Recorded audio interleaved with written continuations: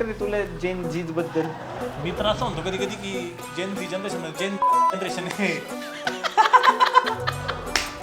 Table समोर दोघं उभे ॲक्च्युली सर खाली त्यांचं काम करतंय. आम्ही सर प्लीज सर चुकी झाली आणि मी चुकी झाली बोलतोय. माझ्या शेजारच्याने अभिनय चालू केला.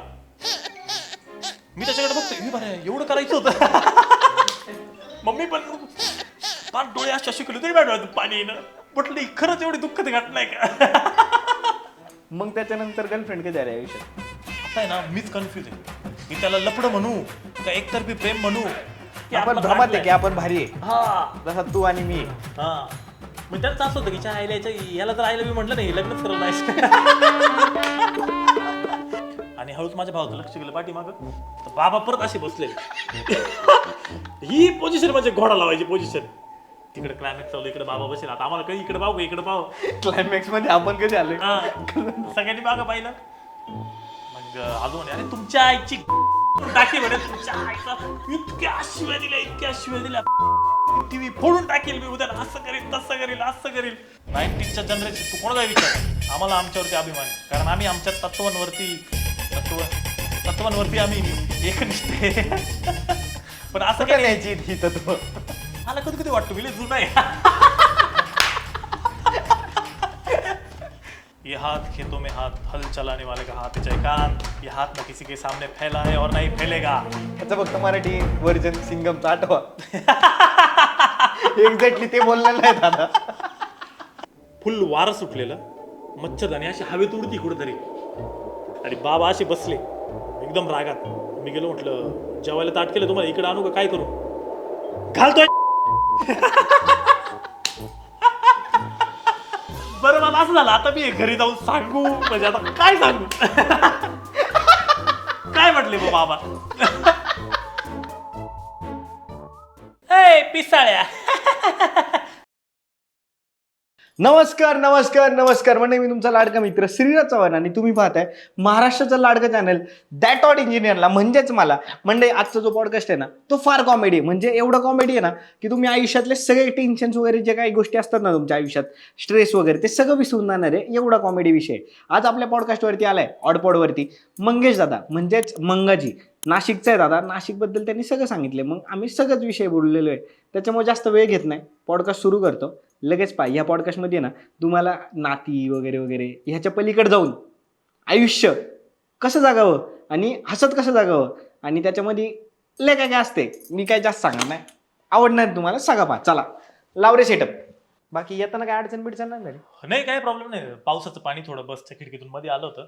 अच्छा मग काय जास्त काय नाही. एवढं काही नाही.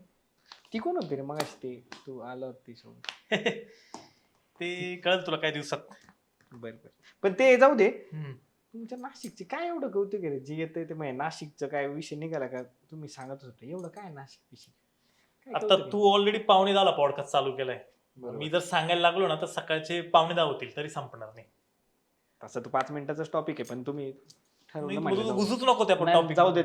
स्वराज लाव सेटअप आहे. नाशिक पुरण काय सांगणार नाही आपल्याला. काय करायचं नाशिक? स्वराज लाव सेटअप लाव. हा शेवटी माहिती सगळ्यांना पुणेच भारी येते. लाव रे पटकन पुढचा काय डायलॉग यायचा.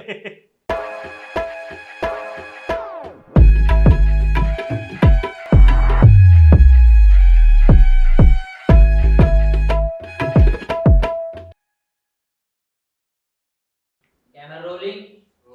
Scene 1, shot 1, take 1, action. कसा आहे विषय? क्लॅप मस्त आहे.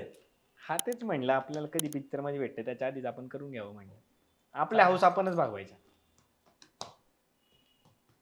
मग काय काय बोलतच नाही पॉडकास्ट. तू बोलणार का मी बोलणार का तू काय? पॉडकास्ट मध्ये आपण दोघंही बोलणार पण मी काहीतरी बोलल्यावर मग तू रिप्लाय करायचा असं एकंदरीत असते. मग तू बोल ना काहीतरी. तुझी एक मिशी इकडून वरती झाली आणि एक अशी इकडे आडवी झाली. ऐकलं टीम पण ना सांगा की रे तुम्ही असं काय करता? गेस्टनी सांगायचे कसं वाटतं?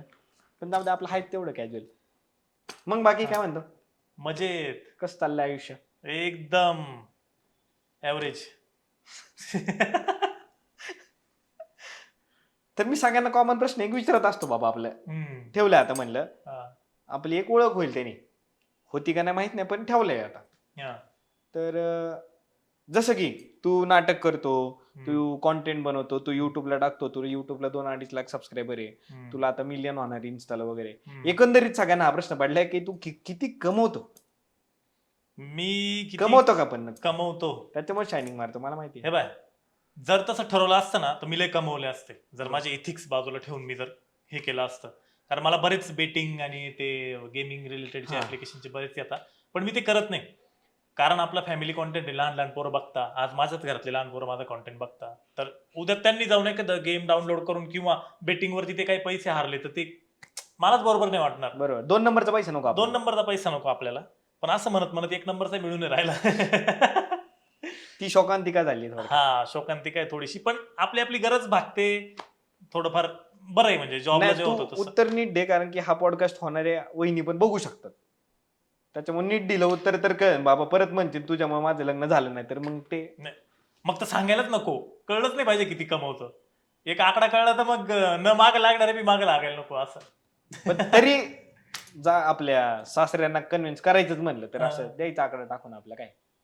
असते 30, 40, 50, 60, 70, एखादा लाख रुपये महिन्याला व्हेरी होत असतं, असं काही फिक्स नाही. 3-4 म्हणजे 20, 30, 40, 60, 1 लाखापर्यंत आठवड्याला दादा कमवतो थोडक्यात. महिन्याला बघा. महिन्याला महिन्याला हम्म. ते किती लाखापर्यंत जाते ही हम्म. एंड म्हणजे मिनिमम ठरलेलं आहे 50-60, अपर लिमिट ठरलेलं नाही. त्याच्यामुळे बघा वहिनी, मी काम केलंय तुमचं. अप्पर लिमिटला गेला असतं ना, लालपरीने फिरलो नसतो. नाही, ते ग्राउंडेड पण आहे तुझा. ग्राउंडेड तारीफ करतोय सगळ्यांना दादा तेच वाटतं, लालपरीने फिरतो म्हणजे ग्राउंडेड पण आहे. अरे माझ्याकडे गाडी नाही. तो विषय वेगळा आहे. पण त्यातल्या त्यात तू लालपरी कशाला लगेच माझा सगळं आवडतीचा विषय. लालपरी बरं वाटतं, त्यात खरी कॅरेक्टर बघायला मिळतं माहिती. मी आता याला होतो धाराशिवला, माझं एक एक्झाम चालू, त्यासाठी गेलो होतो मी. येताना मी लालपरीचा प्रवास केला 12 तास. हा. मला असे कॅरेक्टर बघायला मिळाले ना, तुला रिअल लाईफ मध्ये कुठेच नाही बघायला मिळणार. म्हणजे एक धाराशिव टू सुरत प्रवास करत होता, तर जवळपास त्याला 24 तास लागणार होते. तर त्या माणसाने त्याचा अंडरवेअर बनेन खिडकीत वाळत घालणे वगैरे सगळं सगळं. मी त्याला नाशिकचा असेल तो. नाही, तो धाराशिवचा होता, त्याला सुरतला जायचं होतं. नाही, पण तरी तो नाशिकचा असं असं मला वाटतं एकंदरीत. का बरं, अंडरवेअर फक्त नाशिकचे लोक घालतायत. पण नाशिक करामध्ये तिकडचे नसतात म्हणून म्हणलं. नाही, नाशिकच्या लोकांना ते लक्षात येतं करामती. त्याला म्हटलं काका एखादा ऑनलाईन कोर्स बिर्स करून घ्या, 24 तास काय करणार तुम्ही बसून. वा, मग त्यांनी स्वतःला जे करायचं होतं ते त्याच्यावरती करून घेतलं. हा. त्याला सांगितलं सल्ला देण्यात नाशिकचे लोक एक्सपर्ट असतात असं ऐकलंय. आता किती कमवतो सांगितले, जर मला स्थळ नाही आले ना, इथं ऑफिसच्या बाहेर येऊन बसणार आहे मी. आपण दोघं बसू, एवढा काय विषय. नाही, मला येणार नाही, तुला येणार. आपली चॉईस तशी.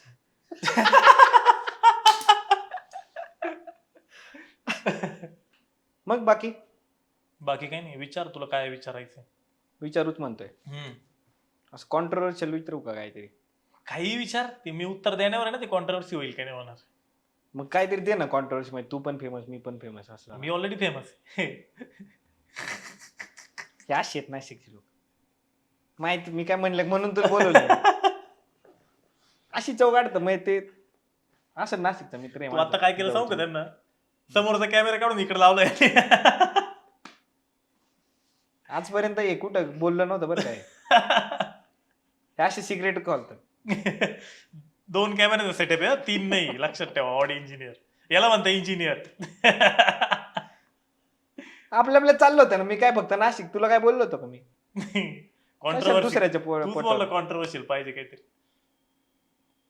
तू मला शिवी द्या, आपण असं दाखवू की तू मला शिवी दिली, मंगाजीने दिली शिवी. आणि शिवी मी फक्त रील मध्ये देतो. नाही, इथं दे ना. पाटलांच्या कॅरेक्टर मध्ये असं तरच देतो. ते कॅरेक्टर आणून दे, म्हणजे आपल्या दोघांमध्ये काहीतरी विषय होईल, मग अशी बातमी देऊ आपण. तू विचार ना प्रश्न, येईलच ते कॅरेक्टर बाहेर. तू जेवढा आडव्यात घुसशील तेवढं ते कॅरेक्टर बाहेर येईल. असं म्हणतोच. जाऊ दे, चल. कशी सुरुवात झाली एकंदरीत? सुरुवात नको, हा प्रश्न लय कॉमन झाला, आपण दुसरा विचारू. लहानपण कसं होतं तुझं? लहानपण माझं खूप शांत होतं, एकांतात गेलेले माझं लहानपण. आजोबांसोबत एकदम एकांतात, घरातलं सगळ्यात लहान पोरग. आणि खूप म्हणजे मी अजूनही तसं शांतच आहे. म्हणजे 4 चौघात गेलो मी, हे रील मध्येच फक्त माझं ते अवचिंतेपणा बाहेर निघतो. तू पॉडकास्टच्या 2 मिनिटात माझी चव काढली आणि तू शांत म्हणतो स्वतःला. हे कसं काय तू असं? मग ते नाही, मी नाही मानू शकत ते तू शांत. कॅमेरा लागला का किडे बाहेर येतात. एरवी असं मी शांत आहे. बर. पण मग शाळेमध्ये कसं होता तू? शाळेमध्ये पण शांत होता का? फर्स्ट बेंचर, लास्ट बेंचर का? नाही फर्स्ट बेंचर, कायम फर्स्ट बेंचर होतो, कारण माझी उंची खूप कमी होती. आणि तुझी त्याच्यामुळे- उंची कमी होती? हो मग होती. मी जाऊ का पॉडकास्ट बंद करून होती. घरी आता? नाही थांब ना, अजून एखादा तास. होती उंची कमी, म्हणजे मी वाढवली ती कष्ट करून करून करून. कसं काय? मी उड्या मारायचो, सायकलिंग करायचो, लटकायचो घरात. मला प्रचंड आवड होती. ही अंधश्रद्धा आहे, मी पण प्रयत्न केले होते सगळे. नाही नाही नाही, मी सांगू शकतो की मी लटकून उड्या मारून उंची वाढवलेली. काय सांगतो? खरं सांगतो, डिप्लोमा फर्स्ट इयर ते थर्ड इयर मी उंची वाढवलेली. हा, तू डिप्लोमा पर्यंत प्रयत्न करतो? डिप्लोमा आता ऍक्च्युली मला शाळेत थोडं लवकर टाकलं होतं. मी डिप्लोमाला होतोच 15 वर्षाचा, 15-16 वर्षात, 16. हा हा 16-17-18 वर्ष. का घरी त्रास द्यायचं म्हणून पहिल्यांदा शाळेत पाठवलं होतं का? नाही, तिकडच घरच्यांना वाटलंय जरा हुशार दिसतंय म्हणून मी चौथीला, माझा मोठा भाऊ चौथीला होता ना, त्याच्यावर काय जाऊन बसायचो चौथीला. फक्त वाटलं, हा, नव्हतं तसं? नाही तसं काही नव्हतं. जसं होतं पहिली दुसरी तिसरी पहिला नंबर आला होता माझा, नंतर मी थोडासा ही अशी मुलं जे असतात ना, पहिली दुसरी पहिला नंबर आलता, कधी विश्वास ठेवा. ते तेव्हा पहिल्यांदाच नंबर येतो. वर्गात 3 पोरं असणार, त्याचा पहिला नंबर आला. नाही काय विषय. 3 नव्हते, 4 असतील. 27-28 पोरं होते, वा. त्याच्यात पहिला नंबर. ABCD पूर्ण लिहिली. नाही ते चौथी नंतर शिकलो मी. स्कूल बिलचं स्पेलिंग वगैरे सगळं चौथी नंतर शिकलो. त्याच्या आधी आमचं अ ब क ड मराठी एकदम चपरा. वा. मग 10वी नंतर तुझी हाईट बीट वाढली, हम्म. हे सगळं झालं, पण मग 10वी पर्यंत कसे एकंदरीत कसं होतं? मी टुकार होतो, मला असं घरचे म्हणायचे की तू टुकार आहे, घरचेच म्हणायचे, मग बाहेरचे तर शिवाच घालायचे. नाही मी शांत होतो, तेच ना, लवकर बोलत नव्हतो. ऍक्च्युली काय आहे, लहानपणापासून मला एकटं राहायची खूप सवय. अजूनही एकटं, म्हणजे जेव्हा मी स्वतः सोबत असतो ना एकटा, तेव्हा मी स्वतःची कंपनी खूप एन्जॉय करतो. आता मुलांनी यांचं वाईट अर्थ घ्यात, एन्जॉय करतो एकट्याची कंपनी मांडल्यावर, नक्की काय करतो? आणि असे पोरं एकट्यात वेगळीच कंपनी एन्जॉय करत असतात एकटं मांडल्यावर. असं काय करतो तू? कंपन्यांमध्ये प्रकार आहे हा. का तुम्ही काय, तुम्हाला कोणता एन्जॉय पाहिजे ते. हा. नाही पण मग कधी कधी म्हणजे पहिल्यापासूनच असं आहे? हा, स्वतःशी गप्पा मारणं, स्वतःच्या विचारांशी खेळणं, स्वतःच्या विचारांना क्रॉस क्वेश्चनिंग करणं. आता हे असं खूप वैचारिक दृष्टीचं उत्तर आहे, पण मग तसं आहे. फक्त विचारांना तुम्हाला जे वाटतंय त्याने रिप्लेस करा. मी विचारांशी खेळतो, बाकी काही नाही. नाही जोक करतो, विचारांचीच खेळत असं. अं, तर मग शाळेत असताना भांडण गेले नाही, मारामारीची मला लय भीती वाटते. का? काय माहिती का, हातपाय कापतं माझ्या अशी मारामारी बघितली. मला माणसांची जास्त भीती वाटते, मला प्राण्यांची भीती नाही वाटत. म्हणजे उद्या आता नाशिकमध्ये लय बिबटे, तू जर उद्या म्हणलेला का बिबट्या तुझ्या समोर आला तर तुझी किती फाटल? माझी थोडी कमी फाटल, पण थोडीशी कमी फाटल. पण एखादी मारामारी चालून एखादं मला मारायला आलाय ना, मी डायरेक्ट असा कापल. मंगाची घाबरतो माणसांना, नाकी जनावरांना. हा. काय ते विचारू, का घाबरतो तू? जनावरांना का नाही घाबरत आणि माणसांना का घाबरतो? कारण असं आहे की आता समज एखादा बैल आहे तो सुटलाय, हा. तो आपल्याला त्याला पाहिल्यानंतरच कळतं हा मारेल आपल्याला, बरं का. मग आपण त्याच्यापासून कसा लांब राहतो, तसं माणसांना ओळखताच येत नाही ना. एखादा माणूस येतोय, कळत नाही ना हा याला भामटा आहे का हा खरा माणूस आहे. तो कधी रंग बदलत सांगता येत नाही. जनावर कधीच नाही. मारायच्या हिशोबाने आला तो मारेलच तुला, आणि मारायच्या हिशोबाने नसेल ना तर कधीच मारणार नाही. त्याचं मूड बदलत नाही. माणसांचे एवढे मूड बदलताना पाहिले मी. तो माणूस म्हणून येतो आणि घोडा लावून जातो. घोडा लावून जातो, तर घोडा म्हणून येतो तो घोडा लावून जात नाही. माणूस म्हणून येतो तो घोडा लावून जातो. कळलं तुला? कधी कोण बदलल ना सांगता येत नाही. तसं प्राणी मात्र नाही येतं. वाघ, आता कित्येक व्हिडिओ तो असे पाहिले असतील, एखाद्या जंगलात एखादा वाघ समोर गेला तरी वाघ त्याच्याकडे बघत नाही, सिंह त्याच्याकडे बघत नाही, निघून जातो. पण माणसं असे ना की बघणार नाही, थोड्या वेळाने परत येईल खायला. असं मूड स्विंग. त्यात पोरींचे तर लई. फटका बसला होता का शाळेत काय पोरींकडून? फटके. फटके बसले होते? नाही, फटके शाळेत नाही, नंतर बसले होते. मग शाळेत नाही पोरींची लफडी वगैरे केली का? शाळेत नाही. शाळेत आमची शाळा एकदम स्ट्रिक्ट होती, एकदम. म्हणजे आम्ही त्याच्यापेक्षा स्ट्रिक्ट होतो. म्हणजे आम्ही डायरेक्ट शाहरुख खान नाही, सनी देओल अशा टाईपची पर्सनॅलिटी राहायची आमची. मग पोरी मग खुन्नसच का? खुन्नस, हा, डायरेक्ट खुन्नस. 2 गट होते आमचे डायरेक्ट. कारण आम्हाला क्रिकेट खेळायला आवडायचं, आणि पोरींचं असं होतं की लेक्चर घ्या, आणि आम्ही काय म्हणायचो की एक्स्ट्रा लेक्चर सॅटर्डेला घ्या, जेणेकरून ते संपल्यावर आम्हाला क्रिकेट खेळता येईल. आणि पोरी नाही म्हणायच्या. आमची लय खुन्नस, भयानक खुन्नस पोरींची. काय करायचे तुझ्या असं प्रत्येक शाळेमध्ये ते होतं, ते प्रत्येकाला रिलेट होईल. तुम्ही काय करायचे मग खुन्नस काढण्यासाठी? काहीतरी केलं? आम्ही मुद्दाम शनिवारी लेक्चर घ्यायला लावायचो. आमचे इंग्लिशचे हे सर तर झालं, पण ते पोरींना त्रास देण्यासाठी काय करण्यात आलं? पोरींना त्रास देण्यासाठी आम्ही असं काही स्पेसिफिक केलं नाही, पण खडू विडू मारणे, अं, रबर वगैरे ह्या असं ते काही? छोट्या मोठ्या गोष्टी चालूच असतात. आमच्या म्हणजे 8वी नंतर मी सेमी इंग्लिशला गेलो ना, तर आमच्या वर्गात मुली जास्त होत्या मुलांपेक्षा. तुझी तर माझीच होती मग. नाही, आमच्यावर दबाव होता. कुणाचा? मुलींचा. म्हणजे मुलींच्या वागण्याचा वगैरे दबाव होता आमच्यावर की आम्ही 20-25-30 पोरं असू, पोरी जास्त होत्या. मग आमचं असं आहे की जो पोरगा पोरींसोबत बोलायचा ना त्याला आम्ही वाईट टाकायचो. आम्ही म्हणायचो की हा ते पोरं चिडवायचे त्याला, मुलींमध्ये मुलगा भाजून खातो कोंबडा वगैरे असं. त्याच्यामुळे एवढे दिवस लग्न नाही हा. आलं. ही मुलं जे करतात त्यांचं नंतर असायला नंतर आता थांबायचं. कळलं तो कोंबडा नाही खरी खिरा फक्त तोच खात होता. आम्हीच कोंबडे आपला आणून कोंबडे ठेवायचो. मग किस्से ते काय झालं नाही. हम्म. तुम्ही शाळेत काय खेळ खेळायचे?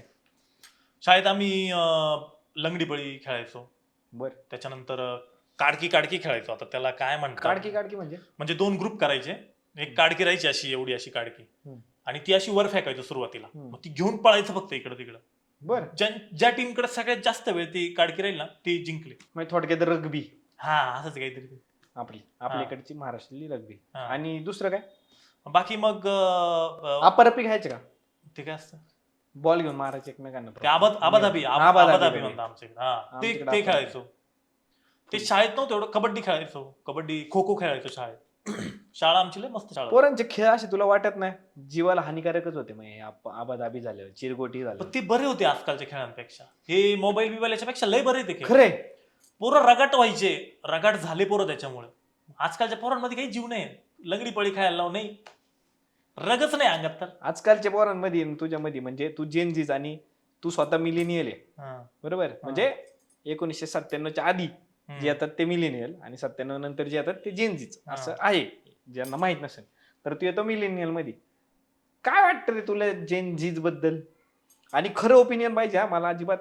तर ही जेनझी मी खूप बघतो ना आजकाल, यांची इतक्या फिलिंग्स पटापट चेंज होतं ना की हे एका ठिकाणी स्टिक राहू शकत नाही. मित्रांनो त्यांनी करिअरच्या बाबतीत तर असं केलं ना, हे म्हणजे रिलेशनशिपच्या बाबतीत तर विचारूच नको. म्हणजे मी तर असं म्हणतो कधी कधी की जेनझी जनरेशन, जेन जावडी जनरेशन हे आय वॉन्ट बीप हिअर.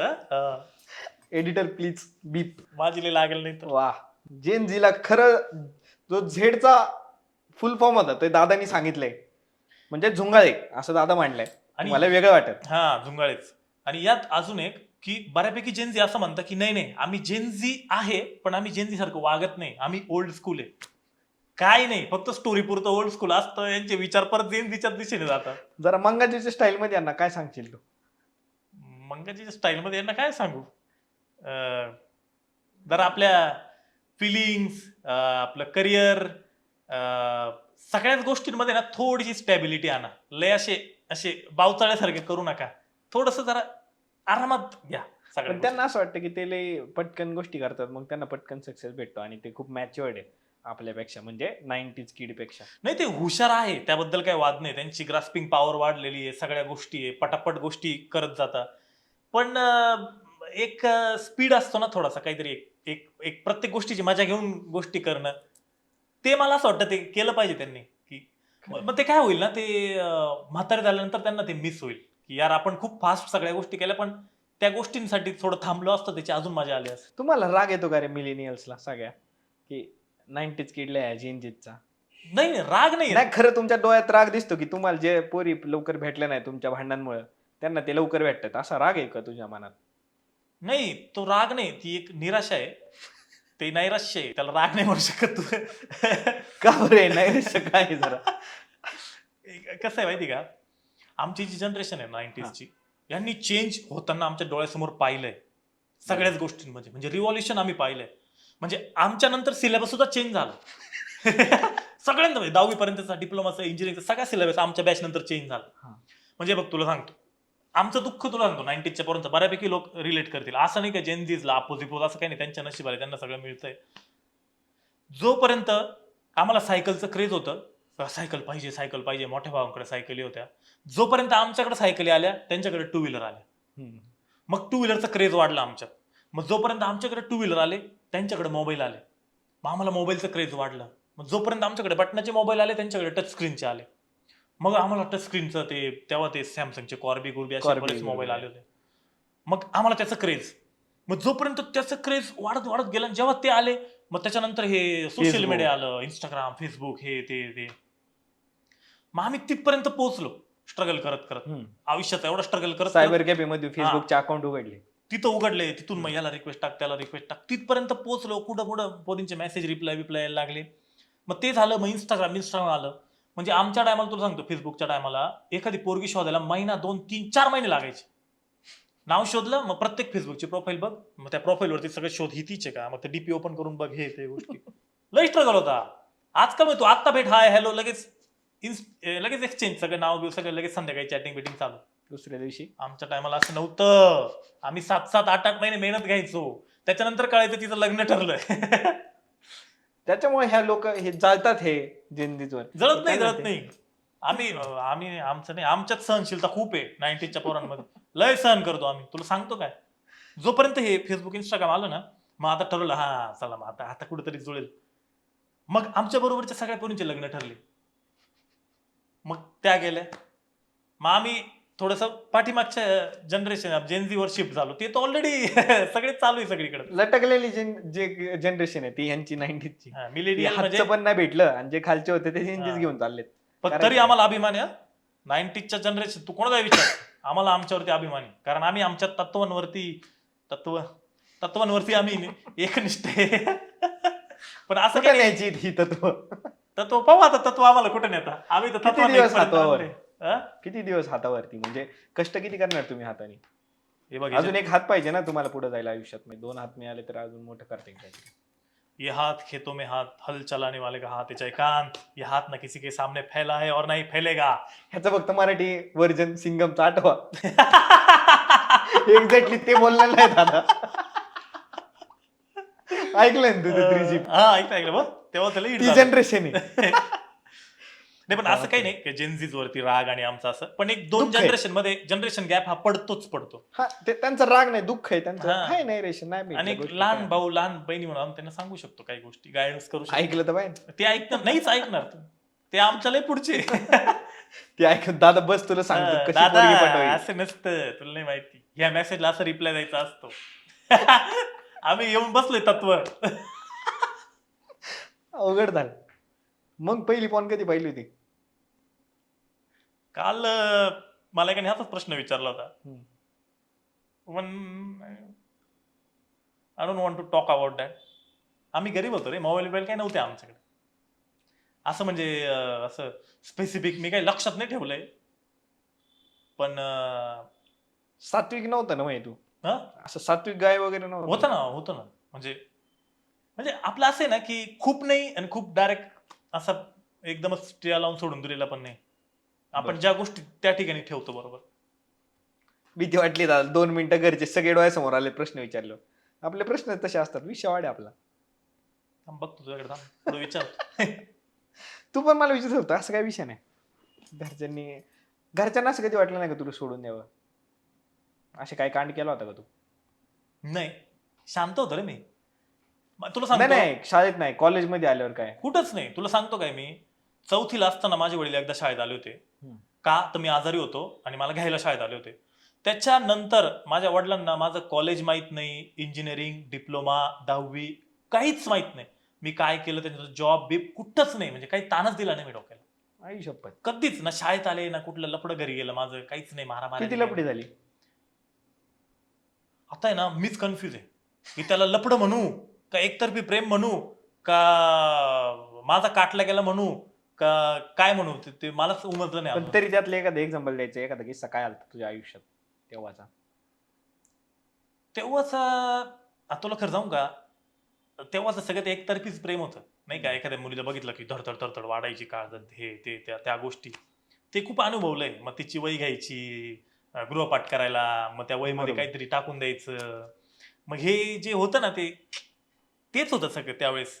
तेव्हा बाकीच्या गोष्टींना एवढं एक्सपोजरच नव्हतं. बरोबर. म्हणजे ते मला असं वाटतं तेच बेस्ट होतं. पण कॉलेजमध्ये? कॉलेजमध्ये काय आहे, मी इंजिनिअरिंगला, पहिली गोष्ट इंजिनिअरिंगला होतो. दुसरी गोष्ट सिव्हिल इंजिनिअरिंगला होतो. आता जे सिव्हिल आणि मेकॅनिकलचे पोरं आहे ना, त्यांना पोरींच्या बाबतीत विचारायचंच नाही. लिहून घेतो माझ्याकडून. कम्प्युटर IT वाला विचार, सिव्हिल आणि मेकॅनिकल वाला पोरींबद्दल नाही विचारायचं, मला त्यांना फक्त स्ट्रगल बद्दल विचारायचं. मला ना याच्यावरती एक आठवलं, माझ्या मित्राला विचारलं होतं की कशी आहेत ते. त्यांची 30 पोरं होती आणि त्याच्यात 2 पोरी होत्या. हा. एक भारी होती, ती एंगेज होती ऑलरेडी, आणि एक पोरगी होती. तो म्हणायचा आम्ही सगळे विचार करायचो की ही नक्की पोरगी आहे का. कारण तिला मिशी होती. असे एकंदरीत पोरी असतात मेकॅनिकलच्या असं कानावरती आलेल्या गोष्टी. 40-50 पोरांमध्ये जर 2 मुली असतील तर कॉम्पिटिशनचा विचार करणार आहे तू. खरंय ना, पण त्यातली पण एक पोरगी जर असेल पोरासारखी दिसणारी, म्हणजे आम्ही तर असं बरोबर डायरेक्ट विषय सोडून द्यायचो की नाहीच, म्हणजे मुलगी हा घटक आपल्या आयुष्यात नाहीच आहे. बरं इंजिनिअरिंगला काय कांड केले का नाही मग? इंजिनिअरिंग सिव्हिलचे माहिती छपरीच पोरं असतात असं एकंदरीत आहे. नाही सिव्हिल मेकॅनिकलचे नाही सिव्हिल भांडणं बिंडणं करायला पुढं हा गँगस्टर तसं म्हणू शकतो तू, तेच. पण ते तिथं पण तत्वच असतं ते, म्हणजे असं कॉम्प्रोमाइज नाही कुठल्या गोष्टीमध्ये. बरोबर. सिव्हिल मेकॅनिकलचे पोरं म्हणजे कॉम्प्रोमाइज नाही, जे आहे ते आहे. आम्हाला तुम्ही स्पोर्ट त्या याच्यामध्ये एवढं आयुष्यात त्यांचे तेच असतं ना, पोरी तर नाही पोरी सगळी आयटी काय मनोरंजन काय दुसरं आहे? त्याच्यामुळे तेवढंच तोच इगो ऍटिट्यूड दाखवायचं काहीतरी. हा म्हणजे गॅदरिंग मध्ये फुल हवा करायची, डेज मध्ये हवा करायची, स्पोर्ट्स मध्ये हवा करायची, क्रिकेट टीम आमची, सगळं आमचं, नुसतं आमचंच राहायचं सगळं. पण बाकी ते करून काय झालं? ते करून समाधान मिळालं आम्हाला तेव्हा तरी, ऍटलिस्ट की नाही आपल्याकडे हे ना तर आमच्याकडे हे आहे. त्याच काय? पोरी मग चेअर्स करायचे आम्हाला. वा आम्ही सिंगमचं नाटक केलं होतं याच्यात इंजिनिअरिंगला असताना. इंजिनिअरिंग सिंगम नावाचं, पूर्ण सिंगमची स्क्रिप्ट इंजिनिअरिंगची आणि बनवली होती. डोक्यावर घेतलं होतं आम्हाला डायरेक्ट तू कॉलेज. काय होता त्यात? अजय सिंगम होतो, अजय देवगण मेन. फुल. हा एकदम. तू इंजिनिअरिंगच्या पेपरचा कसा अभ्यास करायचे? इंजिनिअरिंगचे पेपर कसे काढले? वायडी वगैरे झालता का? वाईट वगैरे नाही, मला एक आतापर्यंत सिंगल टिकेटी नाही. बर. एक फक्त ओरल माझी बॅक राहिली होती. मी तुला सांगतो काय, 10वी पर्यंत मी थोडासा मट्ट होतो, पण 10वी नंतर मी खूप हुशार झालो. बर. एका रात्रीत पेपर कसे काढायचे इंजिनिअरिंगचे ह्याचं मला चांगली आयडिया येऊन गेली होती. तसंच इंजिनिअरिंगचे पेपर काय असं आठवतंय का तुला की लय अवघड पेपर होता आणि तो असा काढला होता किंवा काय? हो मग वार्षिक कितीच M1 M2 M3 तर तसेच काढले मी. म्हणजे फर्स्ट अटेम्प्ट मध्ये निघाले होते? हो सगळे हो. मार्क कसेच होते, 40 45 42 हा, काय असेच तर होते ना. पण मग निघाले तेव्हा काहीतरी 5 मार्क एक्स्ट्रा द्यायचे कमी असेल तर एखाद्या विषयाला, त्याच्यातून पण निघालेले माझे विषय. तू कुठल्या कॉलेजला होता इंजिनिअरिंगला? मी डिप्लोमाला भुजबळ नॉलेज सिटीला होतो आणि नाशिकला, आणि इंजिनिअरिंगला गोखले कॉलेज ऑफ इंजिनिअरिंग. काय कॉलेजची आठवण जरा, इंजिनिअरिंगची वाढीव जी तुला आठवते? कॉलेजची वाढीव म्हणजे ना, आम्ही कॉलेजमध्येच राहत नव्हतो. म्हणजे असं होतं ना की नाटकं करायचो मी पहिल्यापासून. तेव्हा मला एक व्यावसायिक नाटक मिळालं होतं. नाटक पुचाट होतं पण मग तरी व्यावसायिक नाटक मिळालं. मग आम्ही आमच्या डिरेक्टरला घेऊन गेलो कॉलेजमध्ये. आम्ही दोघं जण होतो, माझ्या प्रतीक नावाचा एक पोरगा होता, आम्ही दोघं जण त्या नाटकात होतो.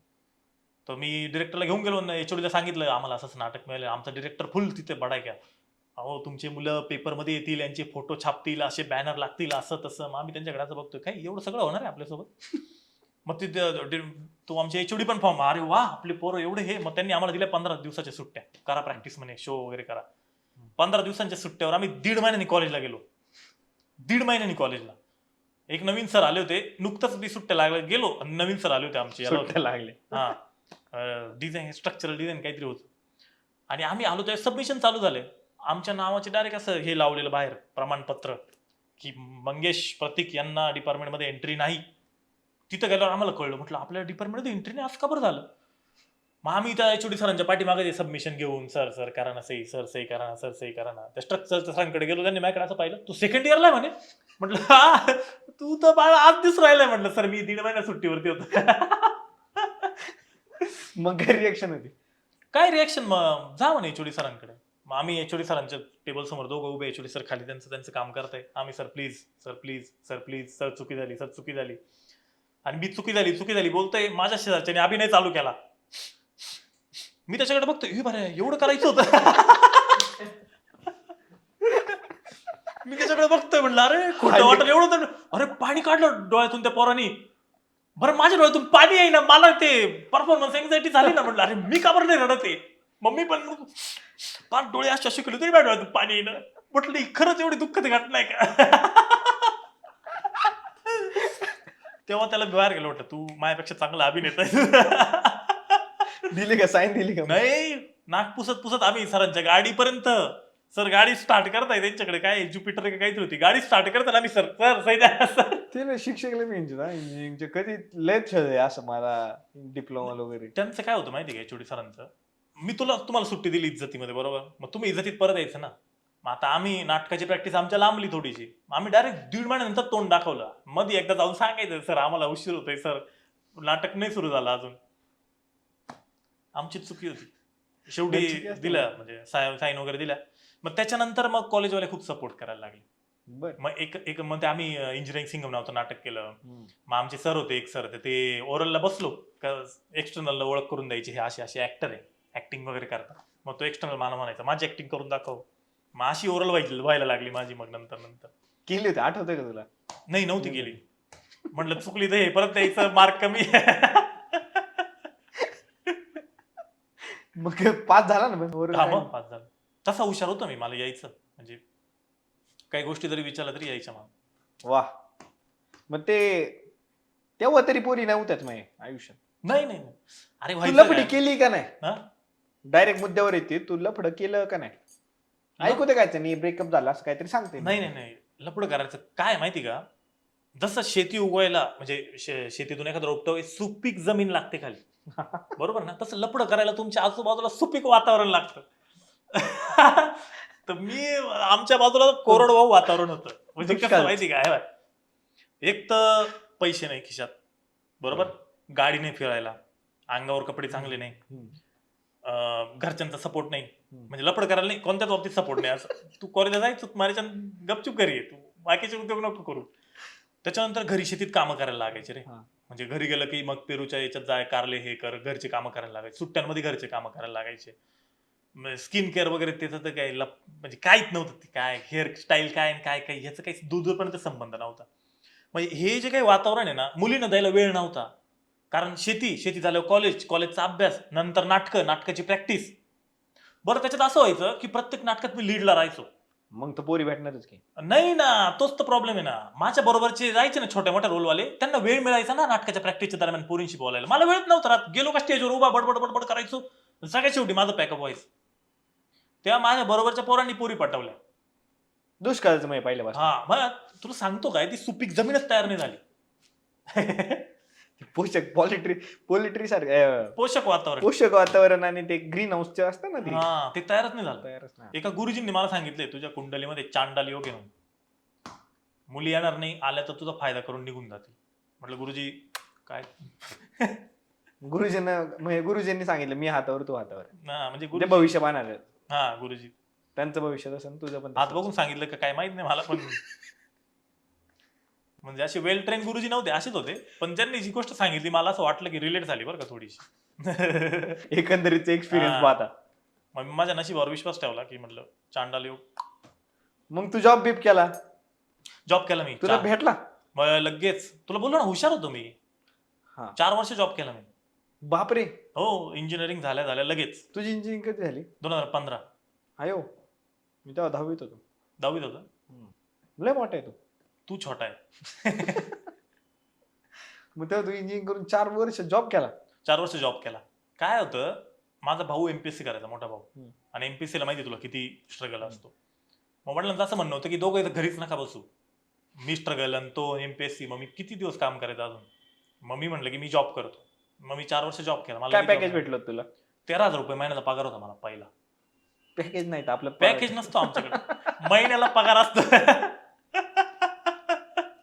पॅकेज आयटीला सूट होते, सिव्हिलला पॅकेज. सिव्हिलला पॅकेज नाही, एक तर रोजंदारी नाही तर महिन्याला किती कमवतो. पॅकेज अजून एक अंगरलं तुला किती पॅकेज पॅकेज काय असतं. पगार विचारा, पॅकेज नका विचारू. प्रश्नच चुकलं, माझं चुकलं. तुझाच चुकला, तू सिव्हिल इंजिनियरला पॅकेज विचारलं. पगार आपलं 13,000 रुपये पगार होता सुरुवातीला. फ्लिक्सच ना तेव्हा, फ्लिक्सच होता ना तो. 13,000ला पगार 2015 मध्ये. 13 मध्ये 16,000चा मास करायचा. मोबाईल बदल, हे बदल, ते बदल. पहिला फोन कुठला घेतला होता? मला सगळ्यात पहिला फोन ना माझ्या मित्राने गिफ्ट दिला होता. डिप्लोमाला होता. की कुठं मित्र भेटतात असे? अरे आपण चांगले असलं की सगळे चांगले भेटतात आपल्याला. मित्र तरी बरं का, मित्र. तो आणि मी सोबत ऑडिशनला जायचो. योगेश नाव आहे त्याचं, संभाजीनगरचा. वा. त्यांनी का दिला होता तुला? तू त्याला कॉन्टॅक्ट साठी आम्ही दोघं ऑडिशन करायचो. नाही, पण त्यांनी गिफ्ट का दिला तुला? त्याच्याकडे एक्स्ट्रा होता.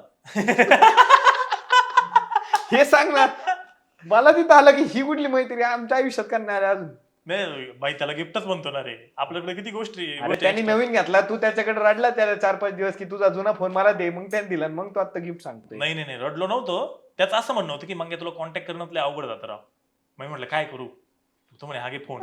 आणि पहिलंच म्हणजे माझा अजूनही जो नंबर आहे ना, तो त्याच्याच रेफरन्सने घेतला होता. अजूनही तोच मोबाईल नंबर आहे माझा. तो नोकियाचा एकदम ब्लॅक अँड व्हाईट मोबाईल नाही का, उघडलं की ते 2 हात असे एकदम ब्लॅक अँड व्हाईट, त्यात सापाचा गेम होता. तो मोबाईल होता माझा. 3310 ना? माहित नाही यार, ठेवलं मॉडेल तुला. नंबर विसरलो मी. त्यात तो सापाचीच माझ्या गेली. आयुष्यातला पहिला फोन. वा. मग SMS टाकून चॅटिंग केली आहे? हा मग ते असं स्क्रॅच कार्ड वरती ते हा ते 10,000 20,000 10,000 रुपयाचे रिचार्ज रुपयाचे मारले. वगैरे. 15 MB चे हो वगैरे. ते लय रिचार्ज केले तसे. मेसेज टाकून चॅटिंग, त्याच्यानंतर तो सापाचा गेम पूर्ण ते साप भरेपर्यंत खेळलेला आहे. तर ते क्रिकेटचा गेम यायचा आहे का त्या फोन बरोबर, 5 दाबलं की हा 6 इकडं तिकडं. तो बऱ्यापैकी खेळलेला आहे. त्याच्यानंतर तेव्हा ते नोकियाचे असे मोठे मोठे मोबाईल आहे N73 वगैरे तसे. बरोबर. ते भावाकडे होते मला काय माझ्या. वाटतंय की ज्यांनी ती गेम खेळत ना ते सिंगल आहेत सगळे. हा बरोबर, तेव्हा दुसरे गेमच नव्हते. हा मग त्याच्यामुळे सिंगल असं आहेत कारण की मी पण ते खेळलोय. बरोबर, आणि ह्या गप्पा पण मारतोय कारण की दुसऱ्या आयुष्यात नाही काय मारायचं गप्पा. माहिती मला काय हाऊस आली का संवाद आला तुझ्या बरोबर बसून बोलायची. फिरायला नसतं गेलो पुण्यात येऊन एखाद्या मैत्रिणी बरोबर. तो निवांत मी निवांत असंच चाललंय पण जे हा. रात्री करू बसून. तुला एवढा इम्पॉर्टंट वेळ का देऊ मी? सापाची गेमनी विषय केले. तिथंच पोर आता चॅटबीट करतात त्याच वयात मोबाईलवर चॅटबीट मस्त चालेल पण जाऊ दे आपल्याला काय. मग तू जॉब बीप करत होता हम्म. मग हा किडा कुठून आला? हा किडा ना शाळेत असल्यापासून यायचा. आमच्याकडे काय होतं, केबल टीव्ही नव्हती, डिश टीव्ही नव्हती, फक्त दूरदर्शन DD नॅशनल 2 चॅनल राहायचे. तर दूरदर्शनवरती तेव्हा शनिवारी दुपारी 3:30 वाजता मराठी पिक्चर लागायचे बरोबर आणि रविवारी दुपारी 4 वाजता लागायचे बरोबर. छायागीत नंतर. बरोबर. तर तेव्हा अशोक सराफ, लक्ष्मीकांत बेर्डे, दादा कोंडके यांचे पिक्चर बघून मी लय इन्फ्लुएन्स झालो. म्हणजे मला आवडायचं ते, मी एन्जॉय करायचो ते. म्हणजे पिक्चरच्या सुरुवातीला नावं जातं ना, त्याच्यात लक्ष्मीकांत बेर्डे दिसलं, अशोक सराफ दिसलं की मी नाचायलाच लागायचो डायरेक्ट. मग तो पिक्चर संपला किंवा बाहेर येऊन त्यांच्यासारखी ऍक्टिंग करून बघायची, कसं होतंय काय करता येते का आपल्याला, थोडं ऍक्शन रिॲक्शन करून बघायच्या. तोपर्यंत एवढं काही सिरियस नव्हतं करिअर विषयी की ऍक्टिंग करिअरमध्ये घुसू. नंतर मग 10वीला असताना दे धक्का नावाचा पिक्चर आला होता मकरंद अनासपुरेंचा. मग मकरंद अनासपुरेंची ऍक्टिंग मी वर्गात करून दाखवायचो पोरांना. मग पोरं ऐकायचे, मग ह्या मॅडमची ऍक्टिंग करून दाखव, त्या सरांची ऍक्टिंग करून दाखव. मग तसं मिमिक्री आर्टिस्ट वगैरे. हा मिमिक्री. तेव्हा माझा आवाज आहे ना, म्हणजे आता आवाजाला जरा बेस आला, तेव्हा माझा आवाज अगदीच हे होता, नाजूक. नाजूक होता. त्याच्यामुळे मला तो खूप जास्त फिरवता यायचा. मिमिक्रीचे बरेच प्राइज मिळाले मला त्यावेळेस. हा हा. येईल ट्राय केलं तर आता येईल. आता लय मुश्किल आहे, अवघड आहे म्हणजे. मकरंद अनासपुरे नाही. कर ना एक रॅन्डम. तेव्हा मी काय करायचो, ए पिसाळ्या असं करायचो. पण ते आता येत नाही. तेव्हा माझा प्रॉपर आवाज, तेव्हा राज ठाकरेंचा इतका प्रॉपर आवाज यायचा माझा, आता बिलकुलच येत नाही. पण तेव्हा मी खूप प्रॉपर मिमिक्री करायचो. तरी एक ट्राय दे ना, आलं चुकून तर कंटेंट होईल. नाही आता नाही, मी खूप वेळ ट्राय करून पाहिला पण ते हागल्यासारखं होईल मग. आणि मग तिथून मग तेव्हा 10वीतले म्हणजे वर्गातल्या पोरांनी मला सांगितलं की तू ऍक्टिंगचं करिअर, ऍक्टर होय तू, ऍक्टर काय नाही म्हणजे होणार. किडा तुला पोरांनी टाकून ठेवला टाकून होता. दिला. मग तेव्हा नाही का 10वीत सगळं, आता संपत आली 10वी, मग एखादी टीचर असती ती सगळ्यांना विचारते तुला मोठेपणी काय व्हायचं, तुला काय व्हायचं. मग तेव्हा सगळ्यांना विचारायला सुरुवात झाली पूर्ण वर्गाला. मग कोण म्हणे मला पायलट व्हायचं, कोण इंजिनियर, कोण डॉक्टर, कोण काय कोणाला MBA करायचं. मग मी तेव्हा सांगितलं होतं की मला ऍक्टर व्हायचंय 10वीला असताना वा. पहिल्यांदा. हसले होते सगळे सगळे हसले होते. वाटलं. मग मला शिक्षिका म्हणे अरे तू ऍक्टर, तू एक काम कर, तू अॅनिमेशन मध्ये जा, तू असं कर, ऍक्टिंग बिक्टिंग काय म्हणे तू कधी आता कुठे काय. पण ज्या पोरांनी इंजिनिअरिंग सांगितलं ते आज डॉक्टर झाले, ज्यांनी डॉक्टर सांगितलं ते इंजिनियर झाले, ज्यांनी MBA सांगितलं ते गव्हर्नमेंट जॉबला लागले. सगळे इकडे तिकडे भरकटले. मी एकटाच आहे का तो अजून ऍक्टर बोलला होता ना, अजून त्याच फील्डमध्ये स्ट्रगल करतो. टाळ्या वाजवा, काही येणार नाही आवाज इकडे मोबाईल मध्ये. एडिटर टाळ्या. तू वा. अशा एडिटिंग वाला टाळ्या टाकून दे. हा. टाळ्या मी नाही बोललो त्याने बोललो मी टाकणार आहे. कट नको करू. आणि मग तू सगळं सांगितलं पण आला कसं हे नाही सांगितलं. कुठं आलो इथं प्रश्न रिक्षाने. अरे प्रश्न मी असा विचारला होता आता हा. तुला की तू हे कसा इकडं तिकडं. ह्या फील्ड मध्ये. मग डिप्लोमा असताना मला माझा मित्र भेटला संभाजीनगरचा. शाळा झाली, कॉलेज झाले, डिप्लोमा. आता डिप्लोमा. शाळेत मला तो किडा घुसला घुसला. ऍक्टिंगचा. मग डिप्लोमाला गेलो, थोडा सेट होईपर्यंत तो किडा शांत शांत होता. सेकंड इयरला मला तो मित्र भेटला चावला तो. योगेश. त्यांनी माझ्या डोक्यात परत किडा टाकला, आपण इकडे ऑडिशनला जाऊ, आपण तिकडे ऑडिशनला जाऊ. तेव्हा ना पेपरमध्ये ऑडिशन यायचं, पेपरमध्ये असं छोटं यायचं ऑडिशन या वयोगटातले कलाकार पाहिजे असं तसं.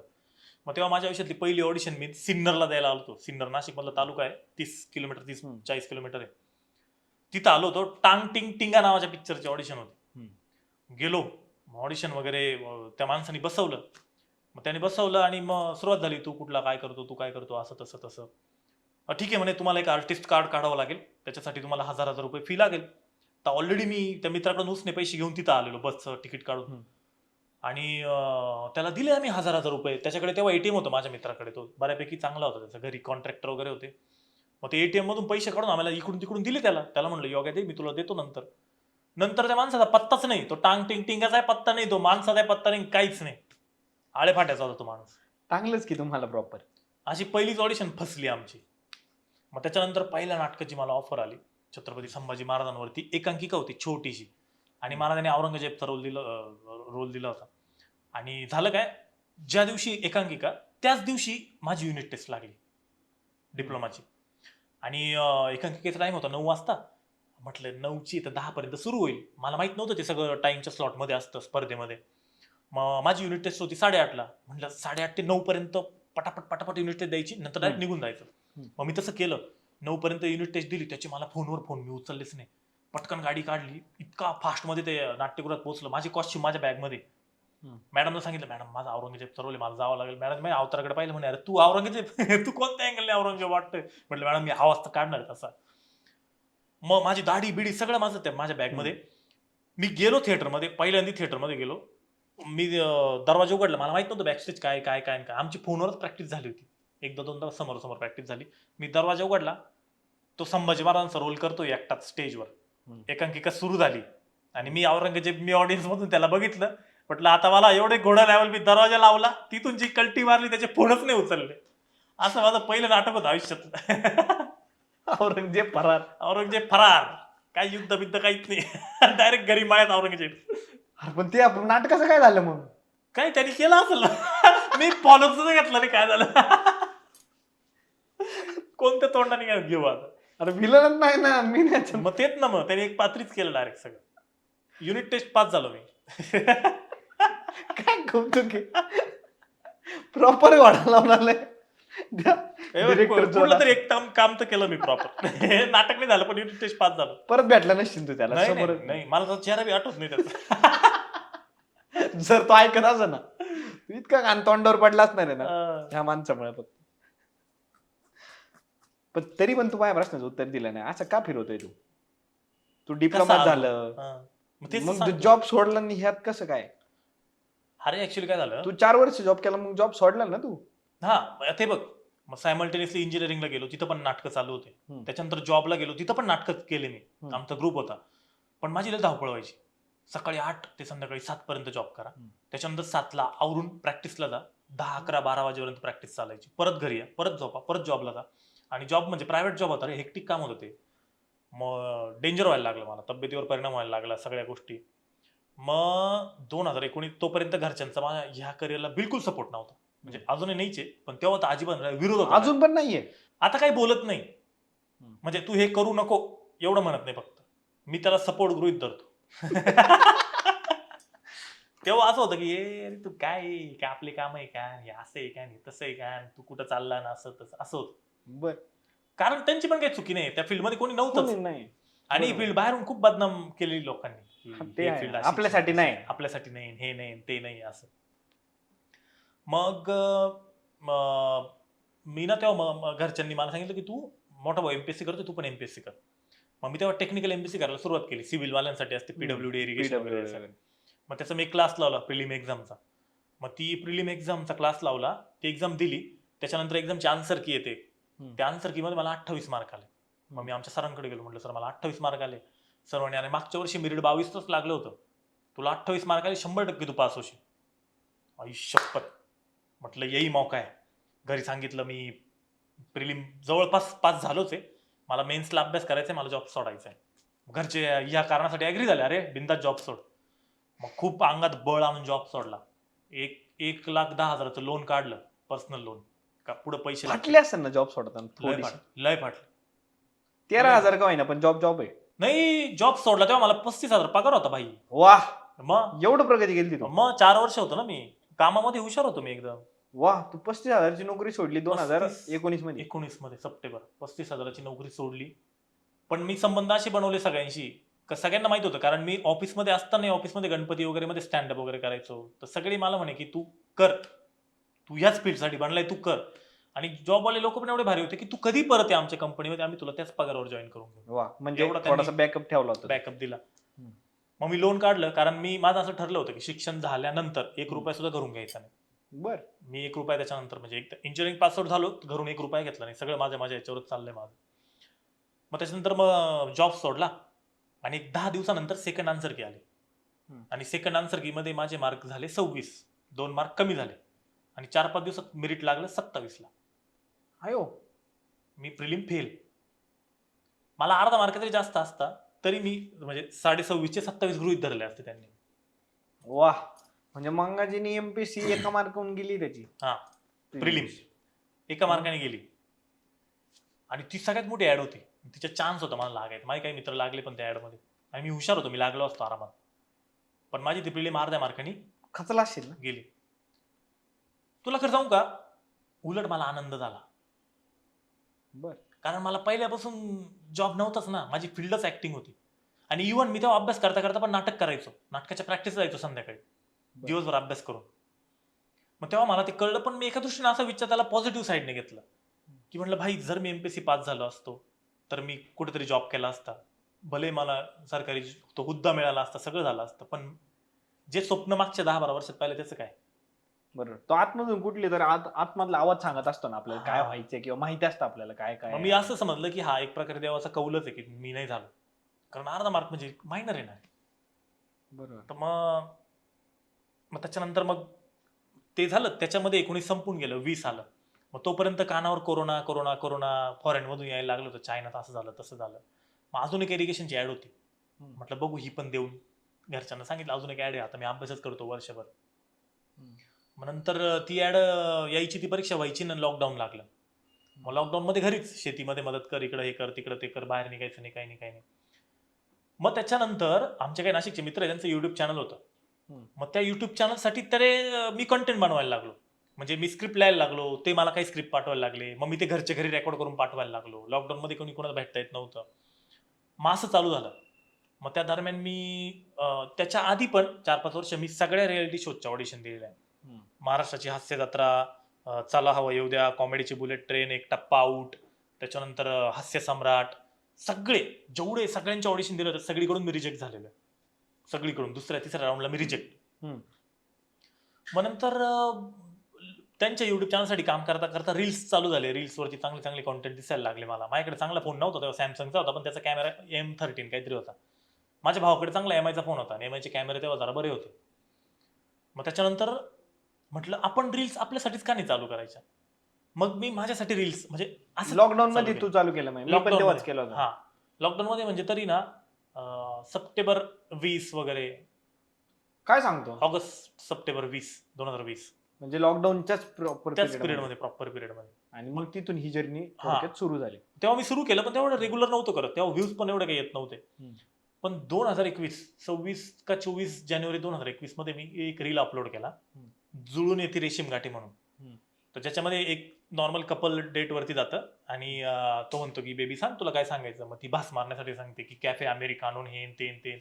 हा म्हणतो तू गप्पा होईस, तू चहा पाव सांग 2, मला माहिती तू घरी चहा पावच खाते, आणि इथं लागली भास मारायला. मग ती म्हणते की दादा एक पार्लेजी पण सांगा. मग मी तिला म्हणतो जिल्हा परिषदेच्या शाळेत होती ना तू, आम्हाला पण पार्लेजी वाटायची तेव्हा. आणि मग ते तेव्हा दोघांचं जुळतं, मग जुळून येते रेशीम गाठी, असा तो रील होता. तो रील प्रचंड व्हायरल झाला पूर्ण महाराष्ट्रभर. किती व्ह्यूज असतील तरी? त्याला 5-6 मिलियन व्ह्यूज आहेत त्या काळात, म्हणजे 2021 साली. 21 साली त्या रीलवर 5 मिलियन व्ह्यूज होते. शेअर्स प्रचंड, व्हॉट्सअपवरती व्हायरल, सगळीकडे व्हायरल. फार मला कर्नाटक आणि इकडून तिकडूनच्या लोकांचे मेसेज यायचे. आणि त्या एका रीलने माझे 15,000 फॉलोअर्स वाढले होते. 3,000 वरून डायरेक्ट 18,000 वरती गेलो. मग तो टर्निंग पॉईंट ठरला. तो टर्निंग पॉईंट, तो रील म्हणजे माझा टर्निंग पॉईंट. थोडक्यात तुझी अशी एंट्री झाली. हा, तिथून पुढे मग मी कॉन्टेंट क्रिएशन सिरियसली घेतलं. आणि मग तिथून पैसे पहिल्यांदा किती पाहिले होते? पहिल्यांदा पैसे किती मिळाले? पहिली माझी डील होती 39,000ची, पहिला ब्रँड. काय सांगतो? हो, इन्स्टावरती. 2021च्या एंडला. आणि हायेस्ट आतापर्यंत किती पैसे मिळाले एका डील मधून? हायेस्ट डील 1,30,000ची, एकच रीलची. एका रीलची 1,30,000. म्हणजे आहे का रे सोशल मीडिया मध्ये करिअर? तुला काय वाटतं? आहे, पण पूर्णपणे याच्यावर डिपेंड राहायचं नाही. बाजूचे पण काही सोर्सेस चालू ठेवायचे, 2 ते 3 सोर्सेस. तुम्ही सोशल मीडियामध्येच 2-3 सोर्सेस चालू ठेवू शकता. युट्यूब बरोबर. झालं, इंस्टाग्राम झालं, अजून काहीतरी वेगळं, अजून काहीतरी, जसं तू करतोय बऱ्यापैकी गोष्टी असं. वा. कारण कसं आहे Inspiring. याचं काही हे नाही ना रे. आता फिल्म्स बघतो, वेब सिरीज हे बऱ्याच दिवसापासून चालू झालेलं आहे. याला एक हिस्ट्री. सोशल मीडियाला काही हिस्ट्री नाही आहे. त्याच्यामुळे ते बंद पण पडू शकतं किंवा अजून वेगळा प्लॅटफॉर्म येऊ शकतो, त्याला काहीतरी वेगळा अँगल येऊ शकतो, सांगू नाही शकत. बरोबर. तुला काय वाटतं की तू पण एक एमपीएससीचा अभ्यास करत होता, त्यातून तू अर्ध्या मार्काने गेला. काय रे एमपीएससीचा? म्हणजे मला तर असं वाटतं की एक बॉटल आहे, त्यात बादलीनी पाणी भरायचं आहे थोडक्यात. त्यात लग बिग सगळं चाललं तुमचं, पण कारण की सगळेच अभ्यास करतात आणि त्यातले निवडले जातात यूपीएससी, आणि यात खूप लोकांचे आयुष्य वाया गेलेत. म्हणजे अधिकारी झालेत भाषण ऐकून वगैरे, इन्स्पायर होतात, जातात, मोटिवेट होतात, जातात. पण तो जेवढा सक्सेसचा रेशो आहे त्याच्यापेक्षा फेल्युअरचा रेशो जास्त आहे. काय वाटतं तुला त्या सगळ्याबद्दल, या एमपीएससी युपीएससीच्या कल्चर बद्दल? एक तुला एक सांगू का, एमपीएससी असो, युपीएससी असो, ऍक्टिंग फील्ड असो, बिझनेस फील्ड असो, कुठलीही फील्ड असो, एक अपॉर्च्युनिटी जिथं असते ना, तिथं 100, 150, 200 लोक असतात. आता कसं आहे, लक फॅक्टर याच्यामध्ये खूप इम्पॉर्टंट आहे. दुसरी गोष्ट म्हणजे तुझं टॅलेंट इम्पॉर्टंट आहे. प्रत्येक माणूस सारखा नसतो रे. आज आपण एखाद्या अधिकाऱ्याचं मोटिवेशनल भाषण ऐकतो, पण त्याची जर्नी पूर्ण वेगळी आहे. इथे प्रत्येकाची जर्नी वेगळी आहे. आता ऍक्टिंग फील्डमध्ये पण तेच आहे. जो तो उठला का, नवाजुद्दीन सिद्दीकी, पंकज त्रिपाठी यांची उदाहरणं देतो. अरे पण मी मागे एका इंटरव्ह्यू मध्ये तो पंचायत मधला भूषण म्हणून ते कॅरेक्टर ज्यांनी केलं ना, त्यांचा इंटरव्ह्यू ऐकला होता. ते म्हणे नवाजच्या बॅचमध्ये 30 विद्यार्थी होते एनएसडीच्या, त्याच्यापैकी एकटा नवाजच दिसतोय म्हणे आता. बाकीचे 29 कुठे तुम्हाला माहिती का? बरोबर ना. म्हणजे उगच कुठल्या तरी वरवरच्या इन्फ्लुएन्स खाली येऊन आणि मी करेलच आणि मला करायचंच आहे असं नाही पाहिजे. तू ते भाषण ऐकलंच असेल ना, जिनके सपनों में जान होती है. हा, मी सांगतो काय मग, ते टेम्पररी मोटिवेशन ठीक आहे रे, पण एका काळानंतर तुम्ही अनालाइज केलं पाहिजे स्वतःला, की खरोखर माझी प्रगती होती का? मी 4 वर्षापासून अभ्यास करतोय, खरोखर मी पास होतोय का? की खरोखर मी मनापासून अभ्यास करतोय का? हे हे विचारणं खूप प्रत्येकाला गरजेचं आहे. माहिती असतं ना. आणि तेच ना, मग आता काही लोक लायब्ररीच्या नावाखाली टाइमपास करण्यासाठी पण येतात. चहा प्यायला 2-2 तास, जेवायला 3-3 तास, मग राऊंड मारला 4-4 तास. असं नाही, रक्त द्यावं लागतं. कुठलीही फील्ड असो, रक्त आटवावं लागतं, रक्त. आज रोनाल्डो एवढ्या याच्या, विराट कोहली एवढ्या त्यांच्या सर्वोच्च शिखरावरती करिअरच्या, पण तरी त्यांना किती मेहनत करायला लागते. शाहरुख खान असेल, किती मेहनत करायला लागते. बरोबर. हे लोक एवढ्या वरती जाऊन सुद्धा रक्त आटवताय, आपण तर कुठंच नाही रे. पण हे रक्त आटून पण हे भेटणच असं नाही ना. नाही ते तर आहे. युपीएससी एमपीएससी इथं कुठेतरी लक फॅक्टर म्हणा किंवा लक सगळ्याच फॅक्टर. गोष्टी. आमचे एक लेखक मला भेटले होते, ते मला बोलले होते की मंगेश, तुझी मेहनत एका बाजूला आहे, लक एका बाजूला आहे, तुझ्या सगळ्या गोष्टी एका बाजूला आहे, पण योग्य वेळी योग्य ठिकाणी प्रेझेंट राहणं म्हणतो ना आपण, योग्य वेळी योग्य संधी मिळणं, योग्य वेळी योग्य हे होणं, ते सगळ्यात गरजेचं आहे. बरोबर. म्हणजे असं बऱ्याच यांच्या ह्याच्यात होतं की एखादा पेपर असा येतो ना, की मला पण कळलं नाही यार मी तो पेपर कसा दिला, पण मी पास झालो. बरोबर. पण ऍक्च्युअल मध्ये त्याच्या पाठीमागे असते तेवढ्या वर्षांची मेहनत. आता रिसेंटली आपण वर्ल्ड कप जिंकलो, त्या रोहित शर्माच्या लाईफ मध्ये किती किती म्हणजे किती वर्ल्ड कप? 2007 7 पासून खेळतोय तो. 7 नंतर त्यांनी आत्ता वर्ल्ड कप जिंकला. बरोबर. त्याच्यामध्ये एवढी त्याची मेहनत, एवढं हे 2023 ते फायनल हारला, बऱ्यापैकी ठिकाणी नॉकआउट मधून बाहेर. 19च्या वर्ल्ड कपला त्यांनी 5 का 6 शतक मारले होते, तरी सेमीफायनल मध्ये हारलो. बरोबर. पण शेवटी तो लढत राहिला, त्याला लकने साथ दिलीच. पण हे त्याच्याकडे घे तेवढे वर्ष होते. आता इथं तेवढे नाही वर्ष होत. होते, ते आहेच. कोटा फॅक्टरी त्याचं एक, आता त्या जितूबाई एक त्यात सेंटेन्स आहे की जीत की तयारी. सफलता की तयारी नाही, तयारी ही सफलता आहे. तयारी जीत की. हा, आणि जीत की तयारी, तो म्हणतो की जीत की तयारी. नाही आता रिसेंटली बदललं वाटतं त्यांनी काहीतरी, मी हे ऐकलं होतं. हा, मग हे काय डुप्लिकेट आहे का काय काय असं मला पण रीलमध्ये नाही आलं माहित. मी माहिती. पण थोडक्यात तुम्ही, हा, जीत की तयारी नाही, तयारी ही जीत आहे. मी विसरलो. बरोबर ना, जीत की तयारी नाही, तयारी ही जीत आहे. बरोबर ना, हा असंच आहे हा काय. बरोबर. हा, लोक घडलेत रे, पण युपीएससी एमपीएससी मुळे लय जणांचे आयुष्य वाया गेले. काय गे, मी ना पाहिलं होतं, एक जण वॉचमन होता, तो अभ्यास करत होता. काय म्हणतो, अरे करतोय अभ्यास ते युपीएससी एमपीएससी, कारण घरून पैसे घेतले होते, लोन काढलं होतं, क्लासेसला फिया भरल्यात, घरच्यांनी सगळी मदत केली, पण घरी सांगता येत नाही.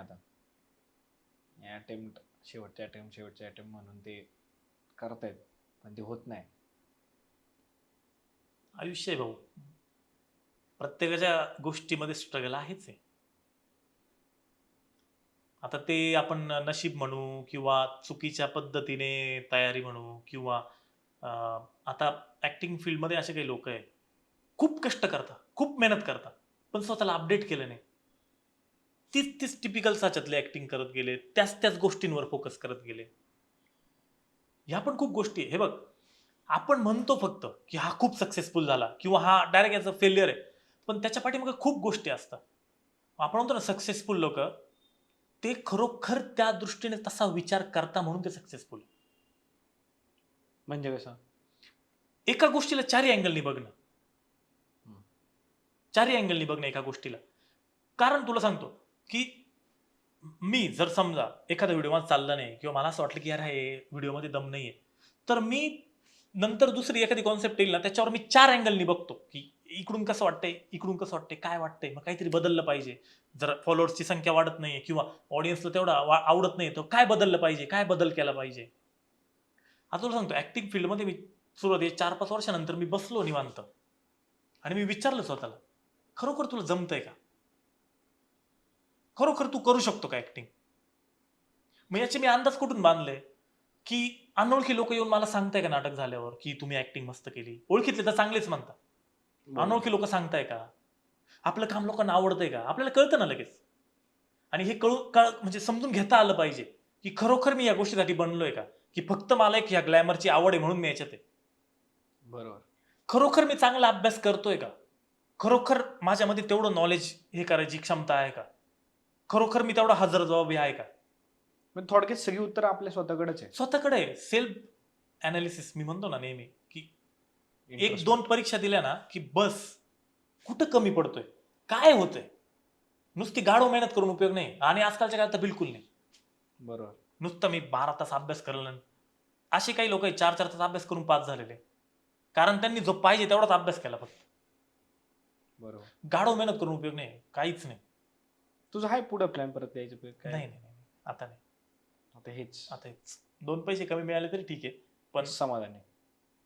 समाधानी हे बघ, समाधानी खूप मोठा वर्ड आहे, कारण समाधानी जगात कोणीच नाही, मला असं कधी कधी वाटतं. पण सक्सेसफुल व्हायचंय ना, तर मला ज्या फील्डमध्ये आवडतं त्या फील्डमध्ये व्हायचं, आणि फेल्युअर जरी व्हायचं तरी मला ज्या फील्डमध्ये आवडतं त्याच फील्डमध्ये झालेलं बरं. वा. म्हणजे तुम्ही- कुठे अशी खतखत नको राहायला पुढं मनात. बरोबर. कारण मी आता कुठपर्यंत जाईल हे मला माहित नाही, पण तरी काय स्वप्न तुझं? मला ऑस्कर जिंकायचं एखाद्या कॅरेक्टरसाठी. वा. असं वाटत नाही की तू लय वाढी बोलल्या नाही. टिंगल बिंगल करत नाही नाही, तू मला भेट 15-20 वर्षात तुला दाखवतो मी घरी. ओळखते हा फक्त पहिला पडतात. नाही मिळाला तर तुला ब्लॉक करतो मी.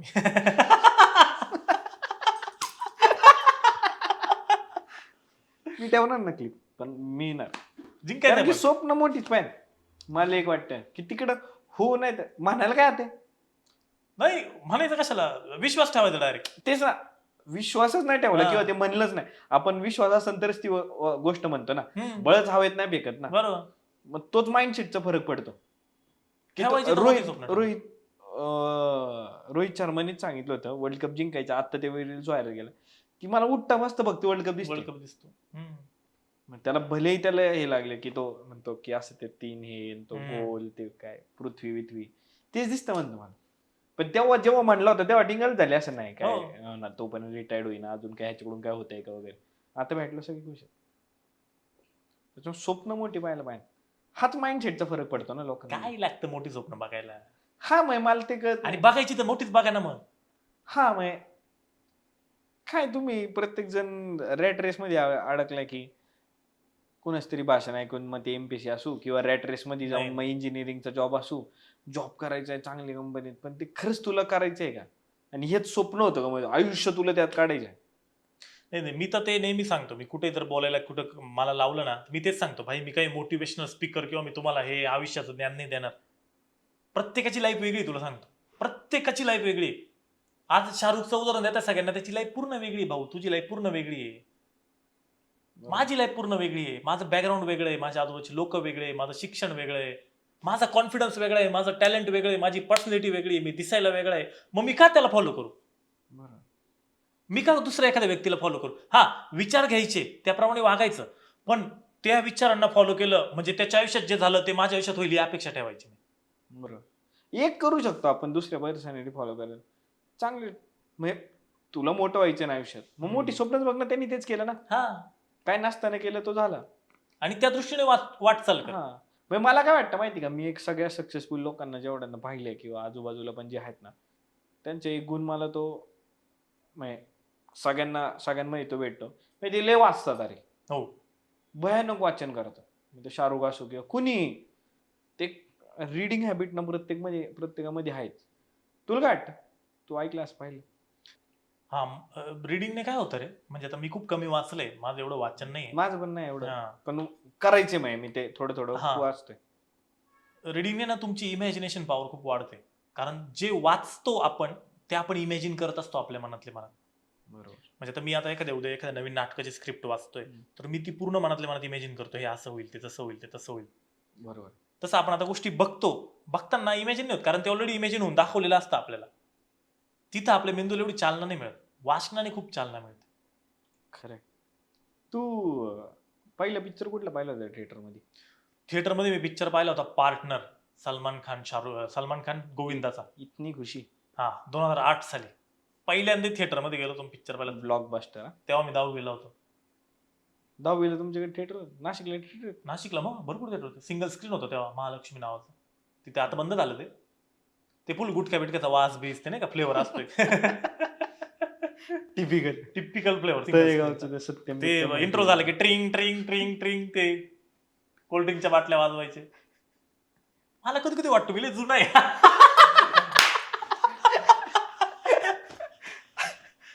अरे मला तू जीटी वायसीटी वगैरेच का असेल ना? मला एक गुरुजी अजून बोलले होते, तुझे विचार लय प्रौढ आहे म्हणे. आता काय कोणाला सांगायचं? मग आता किती मागचे 10-15 मिनिटं किती सिरियस बोललो मी एकदम.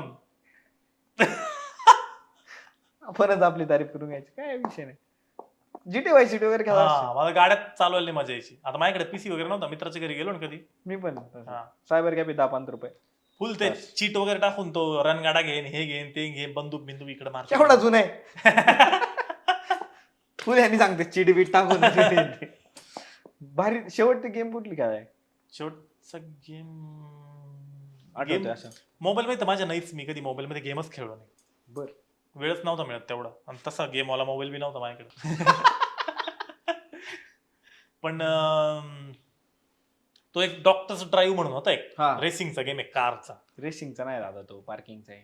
नाही ना, रेसिंगचा आहे ना, ती अशी डॉक्टर ड्रायव्हिंग शिकतो, गाडी पार्क करायचा विषय होता. नाही नाही नाही, केसरी कलरची गाडी, फुल छोटी गाडी पळवायची. पार्क पार्कचा करायचा नाही रे, पार्क करायचा होता दादा. काय काय बात करतो. हो दादा, डॉक्टर ड्रायव्हिंग ही पार्किंगची गेम आहे दादा. थांब, डॉक्टर Same अरे तुला सांगतो ना मी, असं पॉडकास्ट मध्ये चालतं ना, सर्च केलं. सगळं आपल्याला लय रॉय. हम्म. तू गर्लफ्रेंडला पण फोन करू शकतो का?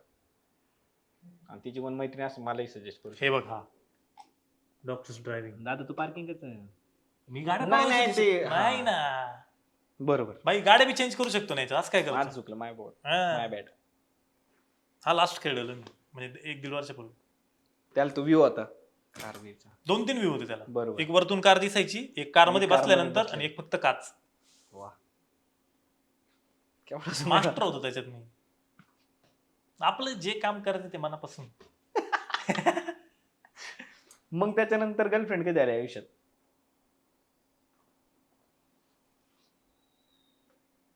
अशी असा विचार करतो आता, ते काय असं सरळ उत्तर, आता काय विचार करून देतो? हे बघ, मी तुला सांगतो, गर्लफ्रेंड नाही आली, मुली आल्या आयुष्यात. मी त्याला गर्लफ्रेंड नाही म्हणणार. गर्लफ्रेंड्स आल्या. नाही, गर्लफ्रेंड्स पण नाही, मुली आल्या. उगाच काय खोटं बोलायचं. मुली आल्या. जे काय कधी- फरक आहे मुलींमध्ये गर्लफ्रेंड मध्ये? नाही, तुला सांगतो, आय लव्ह यू, जेवला का, झोपला का, ही गर्लफ्रेंड झाली. हम्म. नॉर्मल मुली प्रेम एकमेकांवरती, पण रिलेशनशिप मध्ये नाही. जरा इलॅबोरेट कर हे जरा विषय. आता कसं इलॅबरेट करू बरं, म्हणजे तर काय, आता एवढा वेळ तू व्यवस्थित सगळं सांगत होता वगैरे, आता आता सांग बरं. हा लय कॉम्प्लिकेटेड विषय आहे. म्हणूनच घेतलाय ना. मुलगी म्हणजे लय कॉम्प्लिकेटेड विषय, आता काय म्हणून सांगू आता. तुला. बघ आता, उत्तर तर हवंय सगळ्यांना. हे बघ, आपल्यासाठी कसं काही मुली मॅरेज मटेरियल असतात, एकदम सुंदर, सुशील, सोज्वळ, बरोबर. तसा मी मुलींसाठी मॅरेज मटेरियल आहे. कधी रागवणार नाही, कधी कुठल्या बाबतीत टोकणार तुला नाही. स्थळ यायला पाहिजे का तिथं तू स्वतःची मी तारीफ एका करून दगडात घेतोय दोन पक्षी माहिती? मारतोय, लक्षात ठेव. वाटलंच मला. तसा मी मुलींसाठी मॅरेज मटेरियल होतो. हा. सिन्सिअर पोरग, जे फालतू गोष्टीमध्ये इंटरेस्ट नाही, व्यसन नाही, काही नाही. त्याच्यानंतर कोणाला कधी रागावून बोलणार नाही. मला दुसऱ्यांचं मन दुखवायला आवडत नाही. ग्रीन फ्लॅग आहे हा थोडक्यात. Green flag. ग्रीन फॉरेस्ट आहे. हा. मग मुलींचे वाक्य करायचे, तू खूप चांगला मुलगा आहे, पण तुला माझ्यापेक्षा चांगली मुलगी मिळेल. याचं लॉजिक मला अजून कळलं नाही. अजून नाही. मला तेच झाले. म्हणजे तू चांगला आहे पण तुला माझ्यापेक्षा चांगली मिळेल म्हणजे काय वाईट होतंय का? म्हणजे काय आपल्याला काटलंय रे आपल्या माहिती कापलंय. हा, पण ही पद्धत बघ ना किती भारी आहे. समोरच्याला कळतच नाही की आपण आपला भ्रमात आहे काटलाय. की आपण भारी आहे. हा जसा तू आणि मी आहे. हा. मग त्यांचं असं होतं की आईला याला जर आईला मी म्हटलं नाही लग्नच करायला नाही. ते नकोच लपड. हा, मग ते लपडच नको. मग अशाच होत्या त्या. त्याच्यामुळे नाहीच मांडलं तुला. फुल क्लोज, एकदम क्लोज, व्यवस्थितपणे त्यांना ज्या गोष्टी व्यवस्थित क्लोज. हा, व्यवस्थित क्लोज. बाहेरच्यांना असं वाटत अरे किती पोरी फिरवतो हा पोऱ्या. पण नाहीच. हीच शोकांती काय माझ्या आयुष्याची. मला ते म्हणतो ना आपण वन वुमेन मॅन राहायचं होतं. म्हणजे माझं असं होतं, मला पण राहायचं हा. होतं पण ते रेडीच नाही ना थांबायला पुढची. म्हणजे इथं मायनस वुमेन मॅन असं झालं. माझं असं होतं की जी मुलगी माझ्या स्ट्रगल पासून माझ्यासोबत राहील मी त्याशी लग्न करेल, पण कोणीच नाही. पोरच आयुष्यात. पोरच आयुष्यात ती एवढे नालायक पोर आहे ना का त्यांना काहीच वाटत नाही काय फॉलोअर्स काय काय काय निघ असं आहे त्यांचं. चल तू काय सांगतो कोणाला? काय? पैसे भेटले का दे तेवढे. हा बस एवढं त्यांचं. पैसे नाही, पोरं लय चांगले, मित्र खूप चांगले मिळाले. तुझी किती उधारी आहे? उधारी नाही आत्ता, असतील. म्हणजे मित्रांची माझ्याकडे, म्हणजे माझ्याकडून घेतलेली मित्रांनी. बर. आत्ता नाहीये, मागे होती बऱ्यापैकी होती, पण आता ठीक आहे. आता फायनान्शियल कंडिशन थोडी ओके असल्यामुळे आता नाही. नाही ना. पण माझे असे काही मित्र आहे का ज्यांच्याकडे मी 50,000 मागितले तर एका रात्रीत देता पण एका मिनिटात, आणि त्यांनी माझ्याकडे मागितले तरी मी त्यांना देतो. वा. असे काही मित्र आहे. मित्र मला तुला सांगतो ना, मित्र सगळे चांगले मिळाले, एकदम मस्त. फक्त पोरीच भेटल्या नाही. ते काय त्या बाबतीत नशिबाने घोडा लावला काय माहिती. काय झालं होतं, चौथीला असताना मला आणि माझ्या मित्राला 2 पोरींनी लव्ह लेटर लिहिलं होतं. चौथीत असताना महानगरपालिकेच्या शाळेत. नक्की पोरी होत्या का? 100% पोरी होते. का एंजल प्रिया टाइप नाही, नाही, नाही, पोरी होती. लिहिलं? तेव्हा कुठे एंजल प्रियंती आता पण याने तुझ्या मित्राने तुला दिला असं खुश. नाही नाही नाही नाही. अरे पोरींनी आमच्या हातात दिलं तर बर. आम्ही एवढे येडे होतो की आम्ही ते लव्ह लेटरचा रिस्पॉन्स द्यायचं सोडून ते लव्ह लेटर घेऊन प्रिन्सिपलकडे गेलो. त्यावेळेस प्रिन्सिपलनी त्या 2 पोरींना बोलून घेतलं, त्यांच्या आईबापांना बोलून घेतलं, त्यांना फुल गोडे बिडे लावले. त्यानंतर त्या आईबापांनी त्या पोरींना शाळेतून काढून घेतलं. आम्ही आमच्या मित्रांची गँग घेऊन त्यांच्या घरावर दगडफेक केली होती. एवढा मोठा कांड केला होता. तेव्हापासून पोरींच्या बाबतीत जो घोडा लागला ना आयुष्याला, तुला सांगतो त्या पोरींनी एवढा तळतळाट रे तुला, बाकी काय नाही. तू बस. किती पण फेमस हो, तळतळाट आहे तुला. तळतळाट, डायरेक्ट तळतळाट. का म्हणजे काय काय भेटलं तुला हे करून? अरे अक्कलच नव्हती. तुला सांगतो काय, रोमॅन्स समोरून जर पेडा घेऊन येतोय आणि तू दगड मारतोय, तू किती टॉक्सिक आहे. कसलं ग्रीन फॉरेस्ट ते नंतर झालं त्या विषयानंतर तुला ग्रीन फ्लॅग. हा मग तेच ना, जेव्हा कोणी फिरकनच मग तेव्हा हळूहळू चेंज केला मी माझं. आयुष्यातला कम्प्लीट मोठा रिग्रेट असेल तो. हो. का कधी झोपताना विचार नाही केला का आपण असं का केलं असेल? जाऊ द्या, लय विचार केला पण आता त्याची गोष्ट होऊन गेली, त्याचं काय. बघ ती कोण असेल तर तिला विचारून काय नाव होतं सांगतो मी तिला. त्यांचे पोरं 8वी 9वीला असतील आता. ते आमच्यापेक्षा मोठं होतं 1-2 वर्षांनी.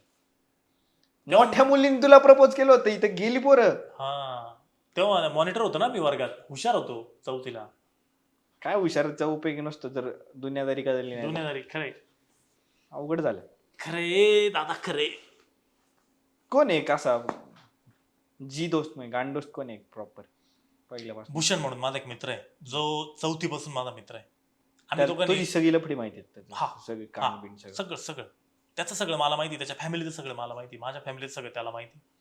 आम्ही दोघांनी सगळ्या गोष्टी पहिल्यांदा सोबत केलेल्या. शी. बँकॉकला गेलो सोबत, बँकॉकला गेलो. तेच म्हणजे शी. ह्यांचे विषय जरा असतात. तुझी रात्रीनंतर तुझे विचार जर दुसऱ्या बाजूने जाता का रे? अरे आमच्या आयुष्यात पहिली इंटरनॅशनल ट्रिप आम्ही सोबत केली. असं सांग ना तू, काही म्हणायला लागला आम्ही प्रत्येक गोष्ट सोबत केली. एवढा सिंपल विषय तो. सिंपल नाही विषय, तू बोलताना वेगळा बोलला होता. सोबत 5वीला गेलो, सोबत 6वीला गेलो, सोबत 7वीला गेलो. वा केवढं टी बोलतोय. हे सगळं ठीक आहे दादा, पण मला ना तू एक गोष्ट भारी काय वाटते माहिती का, सगळे कंटेंट क्रिएटर एका साईडला आणि तू एका साईडला. तू अशा गोष्टी न बोलतो ना जिथं कोणाची डेअरिंगच होत नाही. म्हणजे जातपातीचा विषय असेल किंवा डायरेक्ट हात घालतो, फाटत नाही का तुझी. मी आता रिसेंटली तुझ्या जातीचा विषय पाहिला, किंवा असे जे सामाजिक मुद्दे आहेत ना त्याला घालून तो एकदम प्रॉपर पण होतो. म्हणजे शिकण्यासाठी असं हे युपीएससीतला किडा येतो कुठून तरी तिथं. नाही तसं नाही म्हणता येणार. हे बघ, मला पहिल्यापासून काय वाटतं की आपण जर इन्फ्लुएन्सर आहे असं लोक म्हणतात, किंवा आपल्याला जर काही लोक फॉलो करतात, तर हे आपलं कर्तव्य आहे की आपण त्यांना 2 गोष्टी चांगल्या सांगितल्या पाहिजे. बरोबर. त्यातली एक जरी गोष्ट त्यांनी फॉलो केली तरी आपल्यासाठी खूप आहे. आणि असं काही नाही की आपण काही चुकीचं सांगतो किंवा काय. मला जे वाटतं की आत्ता हा मुद्दा मांडला पाहिजे. म्हणजे काय होतं तुझं, तुम्ही ती तरी व्हिडिओ पाहिलीच आहे, पण जातीबद्दल तू काय व्हिडिओ केला होता, अरे, काय तुझं म्हणणं काय होतं त्यात? रिसेंटली काय झालं, हे बघ, प्रत्येकाने प्रत्येकाच्या हक्कासाठी भांडलं पाहिजे, त्याच्याबद्दल काही दुमत नाहीये. पण जातीपातीचा विषय हा शाळांपर्यंत गेला रे. बरोबर, मी पॉडकास्ट मध्ये पण तो शाळांपर्यंत गेला. म्हणजे कालपर्यंत सोबत जेवणारा बसणारे पोरं आज वेगवेगळे बसले. बरोबर. ही कुठल्या मानसिकतेकडे हा देश चाललाय? म्हणजे ओबीसीचा वेगळा गट झालाय, मराठ्यांचा वेगळा गट झालाय शाळेत पोरं रे, त्यांना काय कळतं पोरांना? 4वी 5वी 6वीचे पोरं. अरे बापरे, म्हणजे आपण कुठं घेऊन चाललंय हे सगळं प्रकरण? म्हणजे हक्कांसाठी लढणं हे राहिलं बाजूला, हे कुठं चाललंय शाळेपर्यंत? आज माझे असे काही मित्र आहेत, त्यांची जात मला माहित नाही. नाहीच ना. आज आपण इथं एवढे, तुला माहिती माझी जात काय? मला यांची कोणाचीच नाही माहिती. काय फरक पडला तुझ्या आयुष्यात? शाळेत अरे काय आपण म्हणजे काय शिकवतो काय पुढच्या पिढीला? आणि माझं नेहमी असं म्हणणं असतं की देश सुधरवायचा असेल तुम्हाला ना, तर शाळा सुधरवली पाहिजे, शिक्षण सुधरवलं पाहिजे. शिक्षण खूप महत्वाचं आहे. आणि त्याच्यातच आपण जर ही जातीची कालवा करतोय, म्हणजे बाप रे बाप, म्हणजे अवघड नाही. म्हणजे एक लढा आहे, कोणाचाही असो, तो कुठून सुरू झाला आणि त्याला एक वेगळं वळण मिळून तो कुठपर्यंत पोहोचले ना. आता काय झालं, मी हे म्हणत नाही हे चुकीचे ते चुकीचे. लढा, प्रत्येकाने आपापल्या हक्कासाठी लढा. आपला हक्क आहे, तो लढलंच पाहिजे, मिळालंच पाहिजे जे असेल त्या हक्काचं. पण कुठेतरी एका लिमिट पर्यंत ठेवणार आहे तुम्ही. सोशल मीडियावरती कोण कोणाची काय पोस्ट टाकतंय, कोण काय करतंय. हे मला काय वाटतं, समाज माध्यमांनी पण ना जे काम आपण करतोय ना ते जे करायला पाहिजे ना, ज्यांनी न्यूजवाल्यांनी, तिथं त्यांनी हे केलंय. म्हणजे कुठल्या मुद्द्याला हाईप करायचे यांच्या टीआरपी साठी आणि काही करायचे, जे दाखवायला नाही पाहिजे ते दाखवलं जातंय आणि ते घरापर्यंत जात आहे ना. मग आज काय यार, रिसेंटली मी कोणाचं ऐकलं, एखादी पोस्ट आहे जी, समजा आता एखाद्या जातीविषयी किंवा एखाद्या धर्माविषयी एखादी पोस्ट आहे, तर ती पोस्ट काहीतरी आक्षेपार्ह आहे, त्यात काहीतरी वाईट आहे, मी लगेच ती 10 जणांना फॉरवर्ड करेल. अरे चुकीचं आहे ना, तूच तुझ्या धर्माचा अपप्रचार करतोय ना, तू ती जागेवर डिलीट कर. ज्यांनी पाठवलं त्याला घोडा लाव. म्हणजे काही अभ्यास न करता, त्याच्या पाठीमागचं सत्य न तपासता. मध्यंतरी नाशिकला काहीतरी किस्सा आला होता, काळाराम मंदिराचे तिथे कोणीतरी काहीतरी फेक पोस्ट व्हायरल केली, त्याच्यावरून फुल पेटलं होतं वातावरण. पण काही समाजकंटक हा प्रकार करता, पण आपण सुजाण नागरिक येणार आहे, आपण ते तपासलं पाहिजे. आपण ती पोस्ट फॉरवर्ड न करता तिला तिथंच डिलीट केलं पाहिजे, जेणेकरून ती जास्त पसरणार नाही. हे लेफ्टिस्ट राईटिस्ट जास्त वाढले, त्याच्यामुळे या गोष्टी होत आहेत का?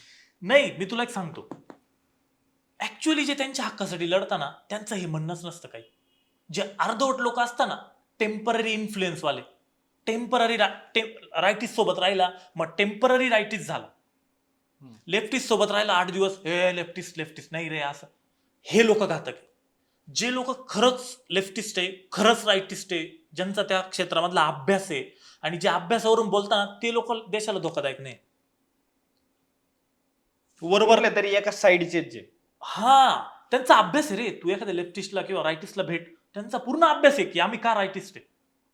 बरोबर. घातक कोण आहे देशासाठी? उथळ. हा, उथळ. एक पोस्ट पाहिली, सगळ्यात घातक, सगळ्यात घातक. मी तर म्हणतो देशाला नाही, जगाला घातक आहे लोक. यांना कुठल्याच साईडचे नाही ना, हे कुठलेच नाही ना, हे फक्त वरवरचे रे, हे मधलेच आहे, मधले हे. आणि हेच जास्त कालवा करतात, मी तुला सांगतो. ह्यांच्यामुळे ते ह्यांच्यामुळे वातावरण. आधी नव्हते का रे लेफ्टिस्ट रायटिस्ट? प्रत्येक जण प्रत्येकाच्या हक्कासाठी लढत होते. मग काय वाटतं तुला हे अचानक कसं वाढलं हे सगळं? हेच व्हॉट्सअप युनिव्हर्सिटी, सोशल मीडिया, सगळं वरवरचं नॉलेज, डीप मध्ये काहीच नाही. मग हे खरं तर आपली रिस्पॉन्सिबिलिटी आहे, जसं आपण आता या विषयावरती 100% बोलतोय किंवा आपली तू रिस्पॉन्सिबिलिटी. सगळ्या क्रिएटर्सनी गेलं पाहिजे किंवा पण ती भीती पण आहे ना प्रत्येकाला, कारण की एकच सोर्स आहे आपला सगळ्यांचा आणि मग त्याच्यात जर कुठून तरी एक चुकीचं वाक्य गेलं तरी अंगावर येणार सगळे, तेवढा बॅकअप नाही. ते पण आहे, म्हणजे मी त्याला काही चुकीचं आहे असं म्हणत नाही, ती भीती बरोबर आहे सगळ्यांची, पण मला असं वाटलं की यार मी बोललं पाहिजे, मी नाही, बोललो. त्याच्यासाठीच खरं मानतो मी हा. तुला सगळे एका साईडला. आणि ते हा एक विषय आला. मी आणि नेहमी असं म्हणतो की मी समाजाचं काहीतरी देणं लागतो.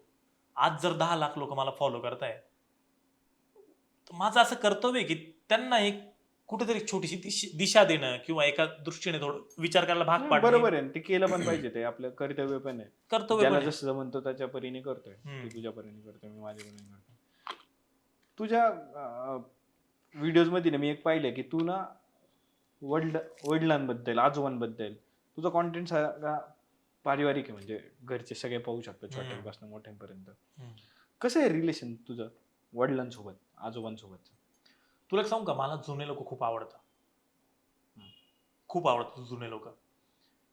आणि आधी मी लहानपणी बघायचो, गावात एखाद्या कार्यक्रमात गेलो ना तर पूर्ण असं सफेद सफेद दिसायचं मला, सफेद कपडे, टोप्या, सगळं सफेद एकदम बरं. मस्त.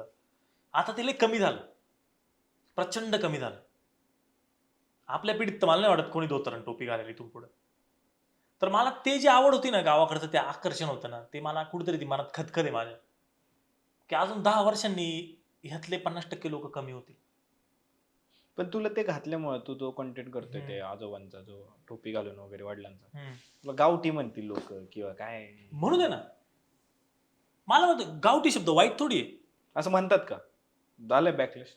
म्हणतील, म्हणू दे, मला त्याचा काही प्रॉब्लेम नाही. मला कोणी गावठी म्हणलं तर काय प्रॉब्लेम आहे का आपल्याला? गावठी किंवा घाटी म्हणलं तर काय प्रॉब्लेम? काय असायलाच नाही पाहिजे काही प्रॉब्लेम भाई. ते आपलं रूट्स आहे, ते मुळं आहे आपले, पाळव, तिथून तर आपण आलोय पुढे. खरंय. म्हटलं तर मला काय त्याचं काय वाईट. कोणी जर मला म्हटलं तू गावठी आहे, हा मी भाई भाऊ गावठी, त्यात काय? तुला तू तू जीन्स पॅन्ट घातली, तू हे इंग्लिश शिकला म्हणजे तू काय लय भारी का? आपली इथं स्टँडर्ड प्रमाणे, आपल्या बोली भाषेप्रमाणे का वागवलं जातं म्हणजे मी पुण्यात पाहिले, मी पुण्यात जेव्हा कॉलेजला होतो, जर आपण मराठीत बोलतो आता जसं बोलतो तसं आपल्या लगेच ग्रुप होऊन जातो. आणि जे मराठी आहे, तू मी पण मराठी आहे, पण आपण हिंदीत बोलतो, इंग्लिशमध्ये बोलतोय, तर आपला एक स्टँडर्ड ग्रुप असतो एक. आणि जे मराठीत बोलतात ना त्यांना आपण तुच्छ समजतो जरा. काही नाही, काही स्टँडर्ड बिंडर्ड नाही. मी तर अजिबात असे ग्रुप्स आहेत ऑलरेडी. आणि कुठं मराठी भाषा मरती तर हिथं मरती आहे. म्हणजे जर आपण, तू मराठी आहे, मी मराठी आहे, आणि आपण मराठी सोडून फक्त इंग्लिश आणि हिंदीत बोलतोय का, तर कूल वाटतंय. मी तर त्याला कूल समजत नाही बिलकुल. हा, ते कूल नाहीच आहे. आणि नाहीच आहे, आणि समजायला पण नाही पाहिजे कोणी. हा, पण हे हा कुठून तरी एक ना किडा आलाय, स्लँग्स जरा. पण तू तुला एक सांगू ऑब्झर्व का? केलंय हे? हो हो, मी प्रचंड ऑब्झर्व केलंय, मी ते लोक पण ऑब्झर्व केले. पण खरोखर असे लोक आहे ना अजिबात कूल नसतात, सगळे डुप्लिकेट वागतात. हा, म्हणजे हे जे आता मी तुझ्याशी बोलतो ना, हे ओरिजिनल आहे. हे सगळं डुप्लिकेटपणा आहे. आम्ही किती स्टँडर्ड ते दाखवण्यासाठी, पण ऍक्च्युअल मध्ये तुम्ही ज्याला स्टँडर्ड म्हणताय ते नाहीच स्टँडर्ड. आपले रूट्सच नाही ना. तुम्ही का लोकांचं हे करताय? स्टँडर्ड म्हणजे काय? दुसऱ्यांचं अनुकरण करणं म्हणजे स्टँडर्ड, हिंदीत बोलणं म्हणजे स्टँडर्ड. काय स्टँडर्ड म्हणजे काय? आणि हे कोणी ठरवलंय? ठरवलं कोणी? आणि एका साईडला ते करायचं, आणि मग महाराष्ट्र दिन आला किंवा मराठी भाषा दिन आला का मग स्टेटस टाकायचे आणि मी मराठी, किंवा सण आले का मग शुभ दीपावली वगैरे येते. काय ना, मला हे दिखावा करणारे लोकच आवडत नाही, की हिंदीत बोललं म्हणून कूल आणि असं तसं. हे मी कधी मानलो बी नाही, ह्या लोकांना मी कधी भाव बी दिला नाही, त्याच्यामुळे मला त्याचं काही वाटत बी नाही. तेच, पण हे बदललं पाहिजे. हे बघ, आता कसं आहे, याचे 2 पैलू आहे, मी तुला सांगतो. आता मी ऍक्टिंग फील्डमध्ये, बरोबर, मला चान्स सुद्धा हिंदी फिल्म इंडस्ट्रीमधून पण येऊ शकतो, तो मी सोडणार नाही ऑब्व्हियसली, कारण तिथं बी मी मराठीचा झेंडा काढले. आता आज आपला रितेश देशमुख हिंदी बॉलिवूड इंडस्ट्रीमध्ये हिरोचं काम करतो, आपल्याला अभिमानास्पद आहे ती गोष्ट. उद्या त्याने हॉलिवूडमध्ये जाऊन इंग्लिशमध्ये पिक्चर केला तरी मला अभिमानच वाटेल. बरोबर. इव्हन आता रोहित शर्मा कधी मराठीत बोलतो मला इतकं भारी वाटतं, राहुल द्रविड मराठीत बोलतो मला लय भारी वाटतं. आता मी कधी जर हिंदीत व्हिडिओ केला ना तर मला काही ऑडियन्स म्हणतं काय तू मराठी सोडून हिंदीत व्हिडिओ करायला गेला, पण यात काही चुकीचं नाही भाई. बरोबर ना. कारण मी ऑब्व्हियसली मी महाराष्ट्राचाच आहे शेवटी, त्याच्यात तर काही दुमतच नाही ना. बरोबर. तुमचे रूट्स कनेक्टेड आहे ना, तुम्ही किती कनेक्टेड हे हा, महत्वाचं आहे आता ना. उद्या मी हिंदी कॉन्टेंट क्रिएटर म्हणून जरी फेमस झालो तरी मी आहे मराठीच. मी घरी मराठीच बोलणार, मराठीच आहे माझं सगळं. उलट आपण रजनीकांतला वगैरे त्याचं मराठीचं हेच होतं की तो त्यांचं आडनाव गायकवाड होतं आणि ते गायकवाड होतं आणि काय आपल्याला किती conductor कौतुक होते वगैरे. वाटतं. मग तेच ना, मग जेव्हा मराठी क्रिएटर पण हिंदी मधलं कॉन्टेंट करता सपोर्ट केला पाहिजे. 100% केलं फक्त पाहिजे. जर ते कूल बनण्यासाठी किंवा हे ना हा. तर हे चुकीचं आहे. हे चुकीचं आहे. आता माझी ती फील्ड आहे की मला प्रत्येक भाषा आली पाहिजे, प्रत्येक भाषेमध्ये मी ऍक्टिंग केली पाहिजे, ही माझी फील्ड आहे. बरोबर ना. पण उद्या तू जर नॉर्मल माणूस आहे, तुम्ही सगळे मराठी आहे, तुमचं नॉर्मल कन्व्हर्सेशन चालू आहे आणि तुम्ही जर हिंदीत बोलताय, हा म्हणजे आपण जर तिथं भेटलो, आपण तिथं गप्पा मारत होतो किंवा हा. जी मराठीची इथं आपण भेटलो, तिथं जर आपण हे म्हणलं असतो की अरे केसा बाई तू, त्याला काही अर्थ नाही ना. नाही ना, मी फेक ना. मग का तुम्ही, आता मी कधी कधी असा विचार करतो की समज ऋतुराज गायकवाड आहे हम्म. आणि अजिंक्य राणे हम्म. सीएसके कडून बॅटिंग करताय, हम्म. ते बॅटिंग मध्ये दोघं जण समजा ओव्हर मिडल ओव्हरच्या मध्ये जर आले ते एकमेकांशी मराठीतच बोलत असतील. 100%. हार्दिक पांड्या रवींद्र जडेजा गुजरातीतच बोलत असतील. जेव्हा ते रोहित शर्मा ते हिंदीत जेव्हा तिकडे बोलत होता ना वर्ल्ड कपला, तेव्हा पण भारी वाटायला हिंदीत बोलतोय. हिंदी. आपलं मना वाटतं हा ना. म्हणजे काय विनाकारण मला तर डेफिनेटली वाटतं ऋतुराज गायकवाड आणि अजिंक्य राणे ही मराठीतच बोलत असतील की भाई बॉल फास्ट येतोय बरं का, किंवा बॉल इकडून जातोय बरं का. बरोबर. तर तो मुद्दा आपला चालला होता की वडिलांविषयी आणि हा. आजोबा. तर ते म्हणजे माझे आजोबा माझे रोल मॉडेल आहे. म्हणजे दिलेला शब्द कसा पाळायचा, त्याच्यानंतर आपल्या तत्व जे म्हणतो ना आपण, तत्वांवरती कसं एकनिष्ठ राहायचं, ते माझ्या आजोबांकडून मी शिकलो. प्रचंड म्हणजे शिकलेले होते त्या काळात, वाचता लिहिता यायचं त्यांना एकदम व्यवस्थित. तर हे माझं नाव पण त्यांनीच मला दिलेलं आहे, मंगाजी. मंगाजी. ते आणि त्यांचे एक मित्र होते, दशरथ बाबा नाव होतं त्यांचं. प्रॉपर जुने माणसं, काठी घेऊन चालणारे, एकदम प्रॉपर आवाज बिवाज एकदम भारदस्त असे. तर ते दोघं जण मला मंगाजी म्हणायचे. माहित नाही त्यांच्या डोक्यात कुठून हे नाव आलं, मंगाजी म्हणायचे. त्यात माझ्या आजोबांचं नाव बाजीराव, त्यांच्या वडिलांचं नाव बाळाजी, माझं मंगाजी. मग ते आणि नंतर मी थोडंसं हे केलं ना, तर माझ्या आजोबांचं नाव आणि माझं नाव हे दोघं जर कंबाईन केले तरी मंगाजी फॉर्म होतं. म्हणजे बाजीराव आणि मंगेश बाजीराव मंगाजी. मंगाजीराव होतं ऍक्च्युली ते. काय आठवण आहे रे तुझी एक आजोबांची? कॉमेडी पण आहे आणि सिरियस पण आहे. इमोशनल सांग ना आधी. इमोशनल सांगू का, मी आहे ना वयाच्या 4-5 वर्षापासून आजोबांच्या तरी झोपायला लागलो. आई वडिलांसोबत नाही. मी माझं बालपण सगळं आजोबांसोबत घातलेलं आहे. बरं. तेच आजोबांसोबतच. ते ना बिड्या ओढायचे तेव्हा. तर जेव्हा रात्री झोपायला यायचे ना, आम्ही सोबत झोपायचो, तेव्हा झोपायला यायचे ना, तर तो बिडीचा वास राहायचा. मला लय आवडायचा तो वास. तो बिडीचा वास घेत घेत मी झोपा काढलेला आहे लहानपणी, झोपलेलो आहे. तर मला लय आवडायचा तो वास. ते नुकतेच बिडी ओढून नशेत. यायचे. हा. आणि आम्ही झोपायचो. मग मला झोप अशी शांत लागत नाही. मी इकडचे तिकडे पांघरून ओढ, हे ओढ, ते ओढ. मला लय घोडे लावायचे, लय शिव्या द्यायचे माझे आजोबा. काय शिवाय द्यायची? तर सांगू शकत नाही. सांग की, एवढं आता काय ते सुक्काळीच्या, गदडीच्या, रांडाच्या हे तर पक्कच होतं. तर मग कुठे पांघरून त्यांच्या अंगावर जोडून घेतलं की मग रात्री मला शिव्या द्यायचे. मग असे आमचे लय भांडणं चालू राहायचे. पण राहायचो आम्ही सोबतच, कारण घरचे सगळे मळ्यात जायचे, आई वडील सगळे मळ्यात जायचे, आजोबा घरी राहायचे. आणि माझी तोपर्यंत शाळा नव्हती चालू झाली, 3-4 वर्षाचा होतो मी तेव्हा. मग तेव्हा मी पण त्यांच्याबरोबर घरीच राहायचो. मग आम्ही घरी, ते झोपायचे, मी त्यांच्यापाशी झोपायचो दुपारी. मग संध्याकाळी उठलं की मी थोडा वेळ बाहेर खेळायचो. मग त्यांना चहा प्यायची लय सवय होती. मग 3-3:30 वाजले का ते चहा करायचे. मग चहा प्यायचो दोघं जण आम्ही. मग त्यांना चहा नंतर ती कप बशा धुवायची, त्यांची एक पद्धत होती. फक्त अशी उभी बशी धरायची आणि वरतून पाणी ओतायचे की धुतली ती बशी असं. मग नंतर काय झालं, वय झालं त्यांचं बरंच, म्हणजे 93-94 वर्षाचे होते वारले तेव्हा. तेव्हा म्हणजे आजोबांचा सगळ्यात छोटा मुलगा म्हणजे माझे वडील आणि त्यांचा सगळ्यात छोटा मुलगा म्हणजे मी. त्याच्यामुळे माझ्या आजोबांचा सहवास मला लाभला. त्याच वेळेस ते 75-80 वर्षाचे होते. मग नंतर ना त्यांना गायीने मारलं होतं आमच्या एक. ते जनावरांची त्यांना आवड होती, जनावर पाणी पाज, हे कर ते कर. आमच्या गायीने एकदा शिंगावर घेऊन आपटलं होतं 2-3 वेळेस. त्याच्यानंतर त्यांच्या कमरेला त्रास व्हायला लागला. मग त्यांना ना कूस बदलता येत नव्हती झोपेत. मग मी रात्रीचे उठून त्यांना कूस बदलून द्यायचो. तर मग एका रात्री काय झालं, त्यांनी मला आवाज दिले पण मला काही जागच आलं नाही. मग त्यांनी शेवटी घोडा लावला. मग मी उठलो. मग मी कूस बदलायला गेलो, तर दरवेळेस काय करायचे, ते थोडासा आजार ते पण द्यायचे कूस बदलायला. पण त्या रात्री पूर्ण त्यांना मीच उचलून कूस बदलली. मला थोडा डाऊट आला. मग मी तरी झोपलो. मग सकाळी उठल्यानंतर थोडंसं आम्हाला आजोबांचं थोडंसं हे झालं, म्हणजे असं वाटलं की आता जाऊ शकता 1-2 दिवसात. मग नंतर चहाची वेळ झाली त्यांची. त्यांना चहा पाजायला गेलो तर माझी काकू मला म्हणे की अरे तू ये जरा 2 मिनिटं, त्यांना धरू लाग, त्यांना उभंच राहता येत नाही आज, म्हणजे बसताच येत नाही. मग मी त्यांना उभं केलं. मग त्यांचं आयुष्यातलं सगळ्यात आवडतं पेय म्हणजे चहा. मग तोपर्यंत मी त्यांना पहिला घोट पाजला, त्यांनी तो पिला माझ्या हातून शेवटचा चहा. पण त्यांना खूप ठसका आला, कारण तोपर्यंत काय झालं होतं, कमरेपासून खाली जीव गेलेला होता निघून. पाय नाही का ताट पडता माणसाचे, तसं झालं होतं. मग नंतर मीच बोललो नको चहा, बस झालं. मग त्याच्यानंतर मला त्यांच्याकडे बघवलंच नाही. मग त्यांना खाली ठेवलं, मग ते दुधाने त्याने बोळ्याने दूध पाजणे वगैरे.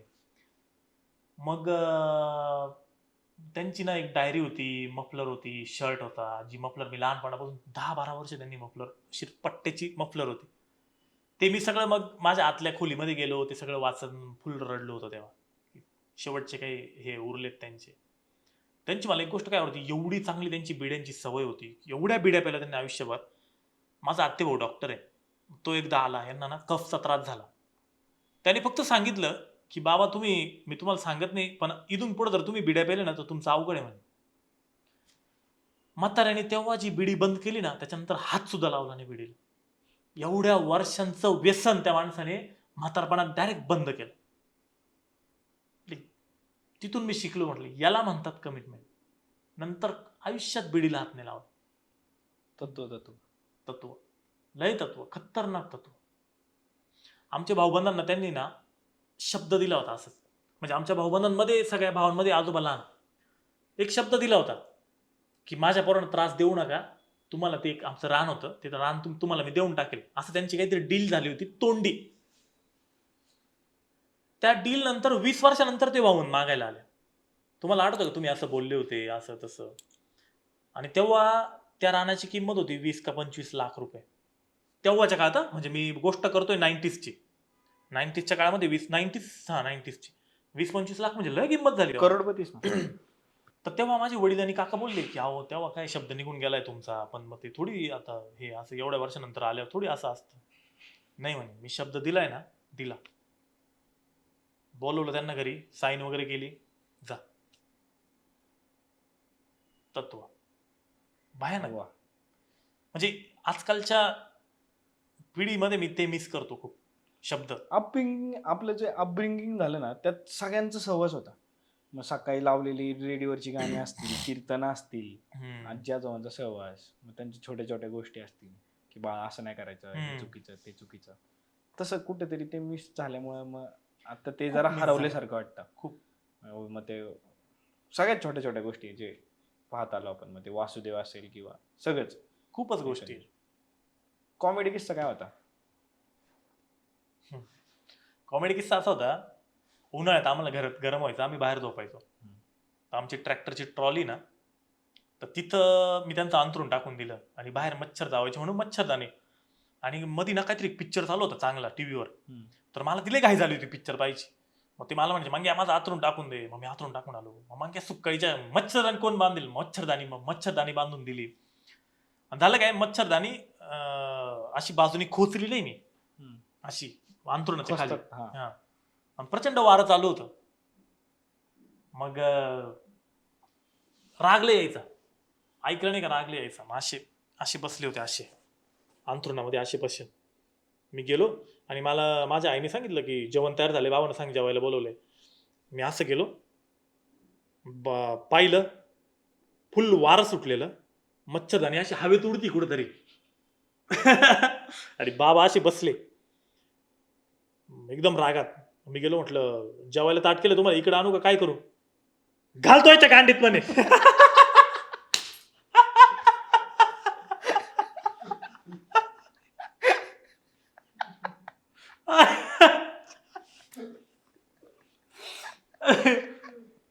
बरं, मला असं झालं आता मी घरी जाऊन सांगू, म्हणजे आता काय सांगू. काय म्हटले मग बाबा, आता सांगू काय, ताट करा नका करू, काय करा. म्हणजे आयुष्यात सगळ्यात जास्त कन्फ्युज, करिअर निवडता एवढं झालं तेव्हा झालं. 2 मिनिटं पॉजच घेतला मी, म्हटलं आता बाबाला काय सांगू, घरी काय सांगू. चुपचाप घरी सांगितलं नाही, बाबा चिडले. चुपचाप ताट केलं, ट्रॉलीमध्ये नेऊन दिलं, तांबे ठेवून दिलं, निघून आलो घरात. अजून एक कॉमेडी किस्सा काय आहे? टिपिकल होता. मला इमॅजिनच झालं. और शिव्या म्हणजे लय डेंजर शिव्या राहायच्या. एक अजून कॉमेडी किस्सा काय होता की बाबांना ना चावत नव्हतं नंतर पण नॉनव्हेजची प्रचंड आवड, एकदम आवड.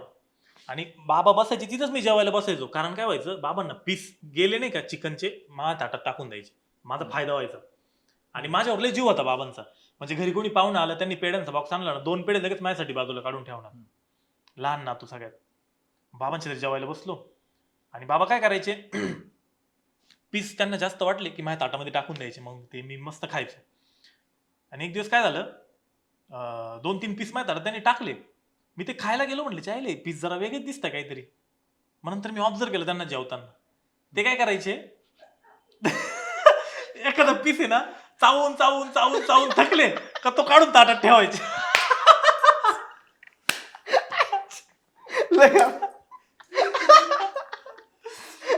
तर त्यांची नजर ना कमजोर झाली होती.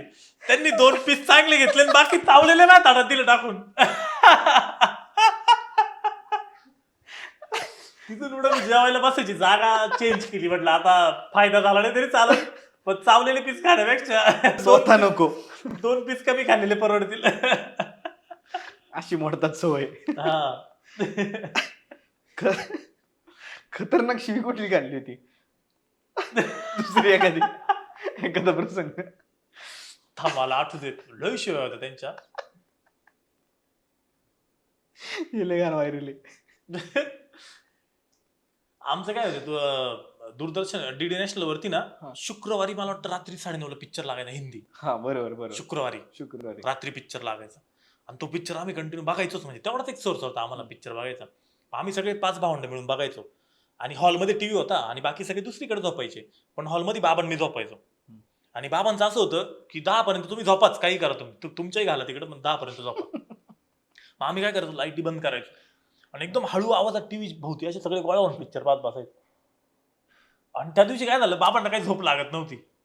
मग बाबा उठले एकदम, सुकाळीच्या बंद करा दे, झोपून घ्या म्हणे पहिले. ठीक आहे सगळे बंद केले, टीव्ही बंद केली. आणि आमच्या टीव्हीचा आहे ना, सॅमसंगची टीव्ही होती, चालू करताना आवाज यायचा, टुडू टुडू टू असा आवाज यायचा. तो एवढा मोठ्याने यायचा. आम्ही काय करायचो, टॉवेल बिवरली पूर्ण टीव्ही गुंडाळून ठेवायचा, असं आवाज नको यायला, आणि मग टीव्ही चालू करायचो. पण त्या टुडू टुडू टू त्याने आजोबाला जाग यायची, म्हणजे यायचीच. मग हळू ते टुडू टुडू टू चालू केलं आणि बघत होतो. रात्री 12-12:30 वाजले, पिक्चरचा फुल क्लायमॅक्स चालू, सगळे टीव्ही बघतोय. आणि हळूच माझ्या भावाचं लक्ष गेलं पाठीमागं, तर बाबा परत असे बसलेले. ही पोझिशन म्हणजे घोडा लावायची पोझिशन, परत असे बसेल. सगळ्यांनी पाहिलं. मग एकाने पाहू राहिले तिकडे क्लायमॅक्स चालू, इकडे बाबा बसेल. आता आम्हाला काही इकडे पाहू. क्लायमॅक्स मध्ये आपण कधी आलोय? सगळ्यांनी मागं पाहिलं. मग आजो म्हणे, अरे तुमच्या आईची गाठ वाचून टाकी म्हणे, तुमच्या आईचा इतक्या शिव्या दिल्या भोसडीच्या नव्हती, टीव्ही फोडून टाकील मी उद्या, असं करील तसं करील. मग तो क्लायमॅक्स आम्ही अर्धवट सोडला, पटकन टीव्ही बंद करून जो तो जिकडं तिकडं गायब. आणि माझ्या आजोबांच्या शिवाय म्हणजे कम्प्लीट शिवाय राहायचे, अर्धवट नव्हती, साखळी पूर्ण. आणि बोलताना आपण कसं म्हणतो, अरे तुझ्या आपण इन जनरल कसं म्हणतो की अरे तुझ्या आईला येडा आहे का तू, ते तशी नव्हतं, अरे तुझ्या आईला येडा आहे का तू. मग ते मध्ये एवढ्या फिलिंग होत्या ना की अशी मरूनच पाणी व्हायचं डायरेक्ट माणसाचं.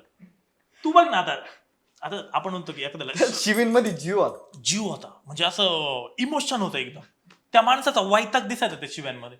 अरे तुझी बस करतो मी ते काम, बस एवढं नका वैताग, अशा शिव्या होत्या डायरेक्ट. अशी वाढीव शिवी कुठली होती माहिती? नॉर्मल शिवी सोडून लेच करतात खवाट शिवी एकदम. थांब नको रे बोलायला काय विषय बीप टाक बरं का भाई, आज करू. नाही हे बाबा द्यायचे ना. हा पण मग तरी त्यांना पण प्राऊड फील होईल, वा आता शिव फेमस केले पोरांना. तीच एक मी म्हणतो ना कम्प्लीट शिवी. त्याच्या आईची गांड वाचून टाकी, म्हणजे कम्प्लीट केली ती क्रिया त्यांनी.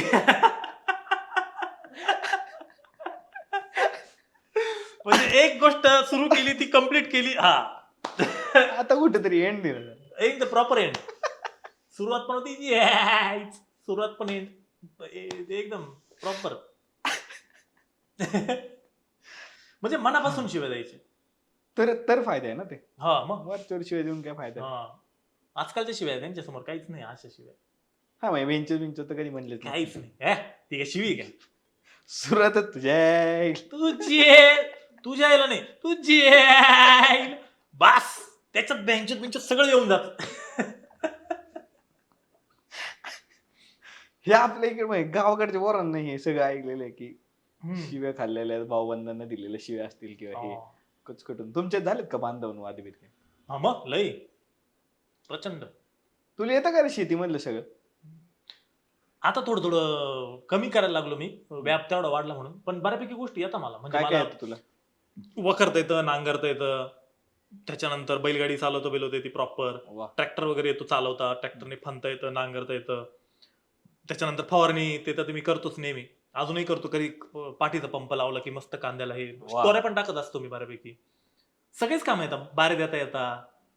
त्याच्यानंतर ऑलमोस्ट सगळेच. मला काय वाटतं माहिती का, भविष्यात ना सगळं पैसा शेतीत आहे. खायलाच नाही भेटणार लोकांना काय. अजूनही पैसा शेतीत आहे पण त्या पद्धतीने केली पाहिजे. पण शेतकऱ्याला काय नाही भेटत आहे का? शेतकरी का गरीब राहतोय काय वाटतं? जर अन्न प्रोव्हाइड करणारा जो तो आहे मग तो का गरीब आहे? तुला एक सांगू का रे, याच्या पाठीमागे ना खूप कारण आहे. असं एक स्पेसिफिक आपण फक्त सरकारला दोष दिला किंवा फक्त व्यापाऱ्यांना दोष दिला असं नाहीये. पण काय काय केलं पाहिजे ना तुझ्या माझ्यासारख्याने? काय आहे, त्याचा टोमॅटोला भाव आला ना तर सगळे टोमॅटोच लावतात. हम्म. कोबीला भाव आला ना सगळे कोबीच लावतात. हे कुठेतरी नकोय व्हायला. थोडंसं आधुनिकतेकडे पण वळलं पाहिजे आणि सरकारने ना शेतकऱ्यांच्या सपोर्टला थोडंसं अजून उभं राहिलं पाहिजे असं मला नेहमी वाटतं. कारण काय होतं माहिती का, पार्लेजी बिस्किटच्या पुड्याची किंमत फिक्स आहे रे.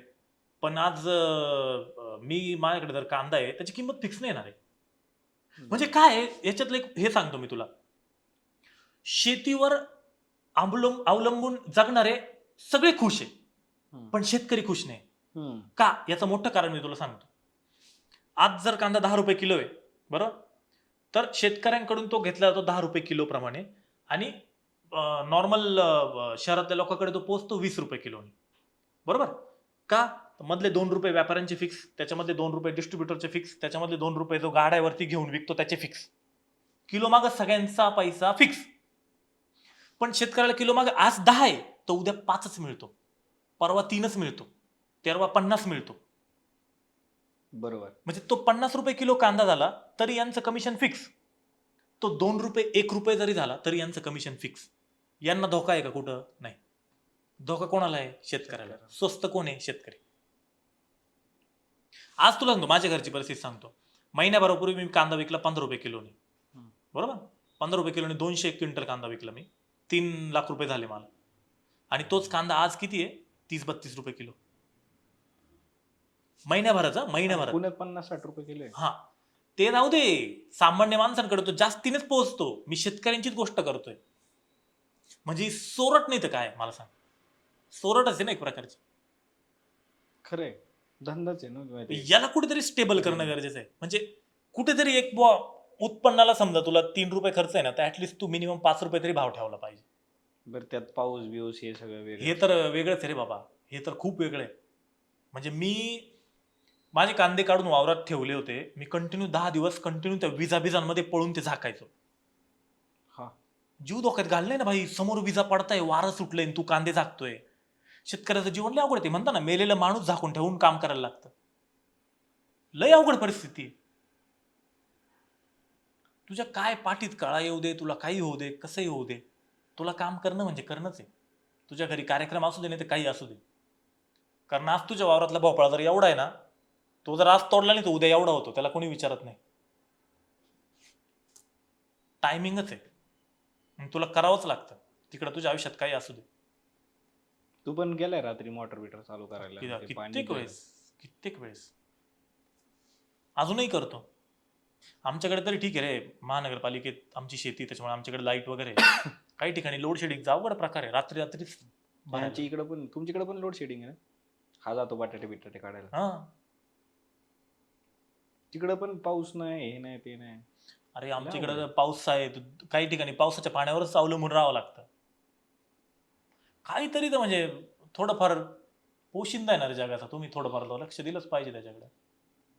खरे नाशिकवरून तू कुठेतरी सुरू केला होता आणि तो आता चाललाय अमेरिकेला वगैरे. कसं काय जमलं तुला? मग काय विषयासाठी चाललाय तू? अमेरिका आमचं ना पुनश्च हनीमून नावाचं व्यावसायिक नाटक आहे. बरं. जे आम्ही फिरसे हनीमून नावाने हिंदीत पण करतो, मराठीत पण करतो. ते मला खूप लकीली मिळालेलं आहे. म्हणजे त्या नाटकामध्ये अमृता सुभाष आहे, संदेश कुलकर्णी सर आहे, वा. अमित फाळके सर, खूप दिग्गज लोक आहेत. आणि मग तू काय करतोय त्यांच्यामध्ये? मी ऍक्टिंग करतो ऑन स्टेज. बर, हा. तुला घेतलं? हो, मला घेतलं. चेहऱ्यावर जाऊ नको तू माझ्या मित्रा, तुला सांगतो ते घेतलं पण लय भारी घेतलेलं आहे.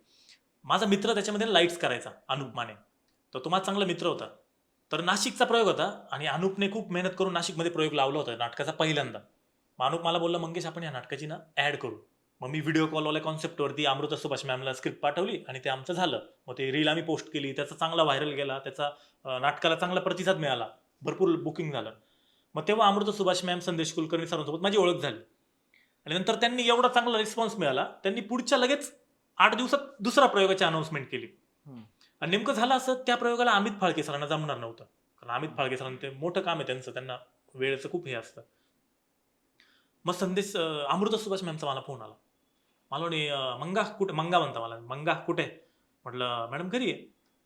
म्हणे अमित सरांचा रोल करशील का पुढच्या प्रयोगात? आई शपथ. म्हटलं मॅडम तू एवढा मोठा रोल आहे, 3-4 व्हेरिएशन आहेत, मी कसं काय करू? मला म्हणे तू एक काम कर, डायरेक्ट घरी ये आमच्या प्रॅक्टिसला. मग मी 2-3 दिवस त्यांच्या घरी गेलो प्रॅक्टिसला. आई शपथ. तिथं त्यांनी माझी प्रॅक्टिस करून घेतली. त्याच्यानंतर नाटकाच्या आदल्या दिवशी ते नाशिकला आले, तेव्हा आमची 1 अंकाची प्रॅक्टिस झाली. सलग नाटकाची प्रॅक्टिसच झाली नाही आमची, अशी पॅच मध्ये प्रॅक्टिस झाली. आणि त्याच्यानंतर तो प्रयोग मी एकदम प्रॉपर केला, तो प्रयोग एकदम प्रॉपर झाला, सक्सेसफुल झाला. आणि त्यांचं नाटक अडलं नाही कुठेच की अमित सर नाही म्हणून प्रयोग झाला नाही. त्यांचा तो प्रयोग झाला, बुकिंग पण चांगलं झालं, व्यवस्थित झालं. मग तिथून माझी नाटकामध्ये एंट्री झाली. मग ते बोलले, मंगा तू आता आमच्या नाटकात फिक्स. मग एक प्रयोग अमित सर करायचे, एक प्रयोग मी करायचो, एक प्रयोग अमित सर करायचे, एक मी करायचो. मग नंतर एक 4थं कॅरेक्टर होता अजून एका मुलाचं, जो पण 3-4 रोल करायचा. मग नंतर झालं असं की त्याला एका प्रयोगाला जमणार नव्हतं. मग तेव्हा परत 3-4 दिवस आधी मला फोन आला, मंगा आता दुसरं कॅरेक्टर तुला करायचंय, आणि ते पण हिंदीत, NCPL ला प्रयोग होते. म्हटलं मॅडम आता दुसरं कॅरेक्टर, त्याची तर प्रॉपर्टीजचं वगैरे भरपूर आहे, तू परत घरी ये म्हणे. मग परत घरी गेलो, त्या कॅरेक्टरची प्रॅक्टिस केली, ते रोल व्यवस्थित झाले. मग तिथून पुढे मी त्या नाटकाचा पूर्ण भाग झालो. वा. आणि आज आता ऑगस्टमध्ये आमचा जस्ट US व्हिसाची प्रोसेस कंप्लीट झाली. ऑगस्टमध्ये त्या नाटकाचे 6 प्रयोग आहे US मध्ये, पूर्ण अमेरिकेत 6 वेगवेगळ्या शहरांमध्ये. आम्ही जवळपास महिनाभर त्या नाटकाचे प्रयोग करणार आहे. म्हणजे नाशिकमध्ये, गणपतीमध्ये, एखाद्या छोट्या स्टेजवर, एखाद्या चौकामध्ये नाटक करणारा मी, आणि आज आमच्या अमेरिकेत प्रयोग होत आहे. तर पण ह्या गोष्टीला 12-13 वर्ष द्यावी लागली, त्याच्यानंतर हे सक्सेसफुल झालं. आणि तुला पुन्हा तेच बोलतो मी, योग्य वेळी योग्य ठिकाणी प्रेझेंट राहणं म्हणजे काय ते हे. म्हणजे अमेरिकेत वगैरे भेटते ना आम्हाला तिकीट, देशील काय एखादं मॅनेज करून? मी तिथं तुला नाटकाचे तिकीट देतो, यायचं जायचं खर्च तुला करायला लागेल. तुझा काहीतरी कॅमेरामॅन म्हणून वगैरे येतो की? आपल्याकडे 2-3 कॅमेरे आहेत आपल्याकडे. तुला तेच बोलतो ना, तुला पर डेच्या हिशोबाने पैसे देईल, यायचं जायचा खर्च तू कर फक्त. चला, पण जाता आता हा. तर मी काय म्हणत होतो, तुझ्या वयाची पोरं असतील किंवा जेनजीज असतील, हे ना सध्या मी पाहतो इकडं प्रेम प्रकरणात अडकलेली आहेत, जरा खच्चीकरण झालेले म्हणतात ना आपल्याकडं, झालेत खच्ची. त्यांना तुझ्या कॅरेक्टरमध्ये येऊन, म्हणजे आजोबांच्या कॅरेक्टरमध्ये येऊन प्रॉपर मंगाजीच्या स्टाईलने एक ह्या कॅमेऱ्यात बघून जरा सांग ना जरा त्यांना तुझ्या भाषेत. सांगायलाच पाहिजे पोरा हो, ये प्रेम बीम याच्या फालतू याच्यात अडकू नका. काय आजकाल तुम्ही जरा करिअरकडे लक्ष कमी केलंय, मला कळलंय. या फालतू पोरींच्या नादी लागून तुम्ही करिअर नका. ये एक दिवस जाणार आहे, पैशावाला दिसलं एखाद्या त्याच्या पाठीमागे जाणार आहे. कारण पोरींनी त्यांचा कम्फर्ट पाहिलाच पाहिजे, बरोबर आहे का नाही? तुमच्याकडे खायला भाकरी नाही, काय प्रेम खाणार आहे का तुम्ही? सुकळीच्यानो सगळं त्या सोडून ते पोरी पोरी करत बसता. सगळं करून प्रेम करा काय, पण करिअर आधी करा, नाही तर जायचं वय निघून सगळ्याचं. प्रेम का खायला देणार आहे का? खरं एखाद्या दुकानात जाय बरं, वडापाव घेतो ना, तुला प्रेम देतो मी. उराव बसून प्रेम काढ कुठून तुला कळणार नाही. काय बोलले?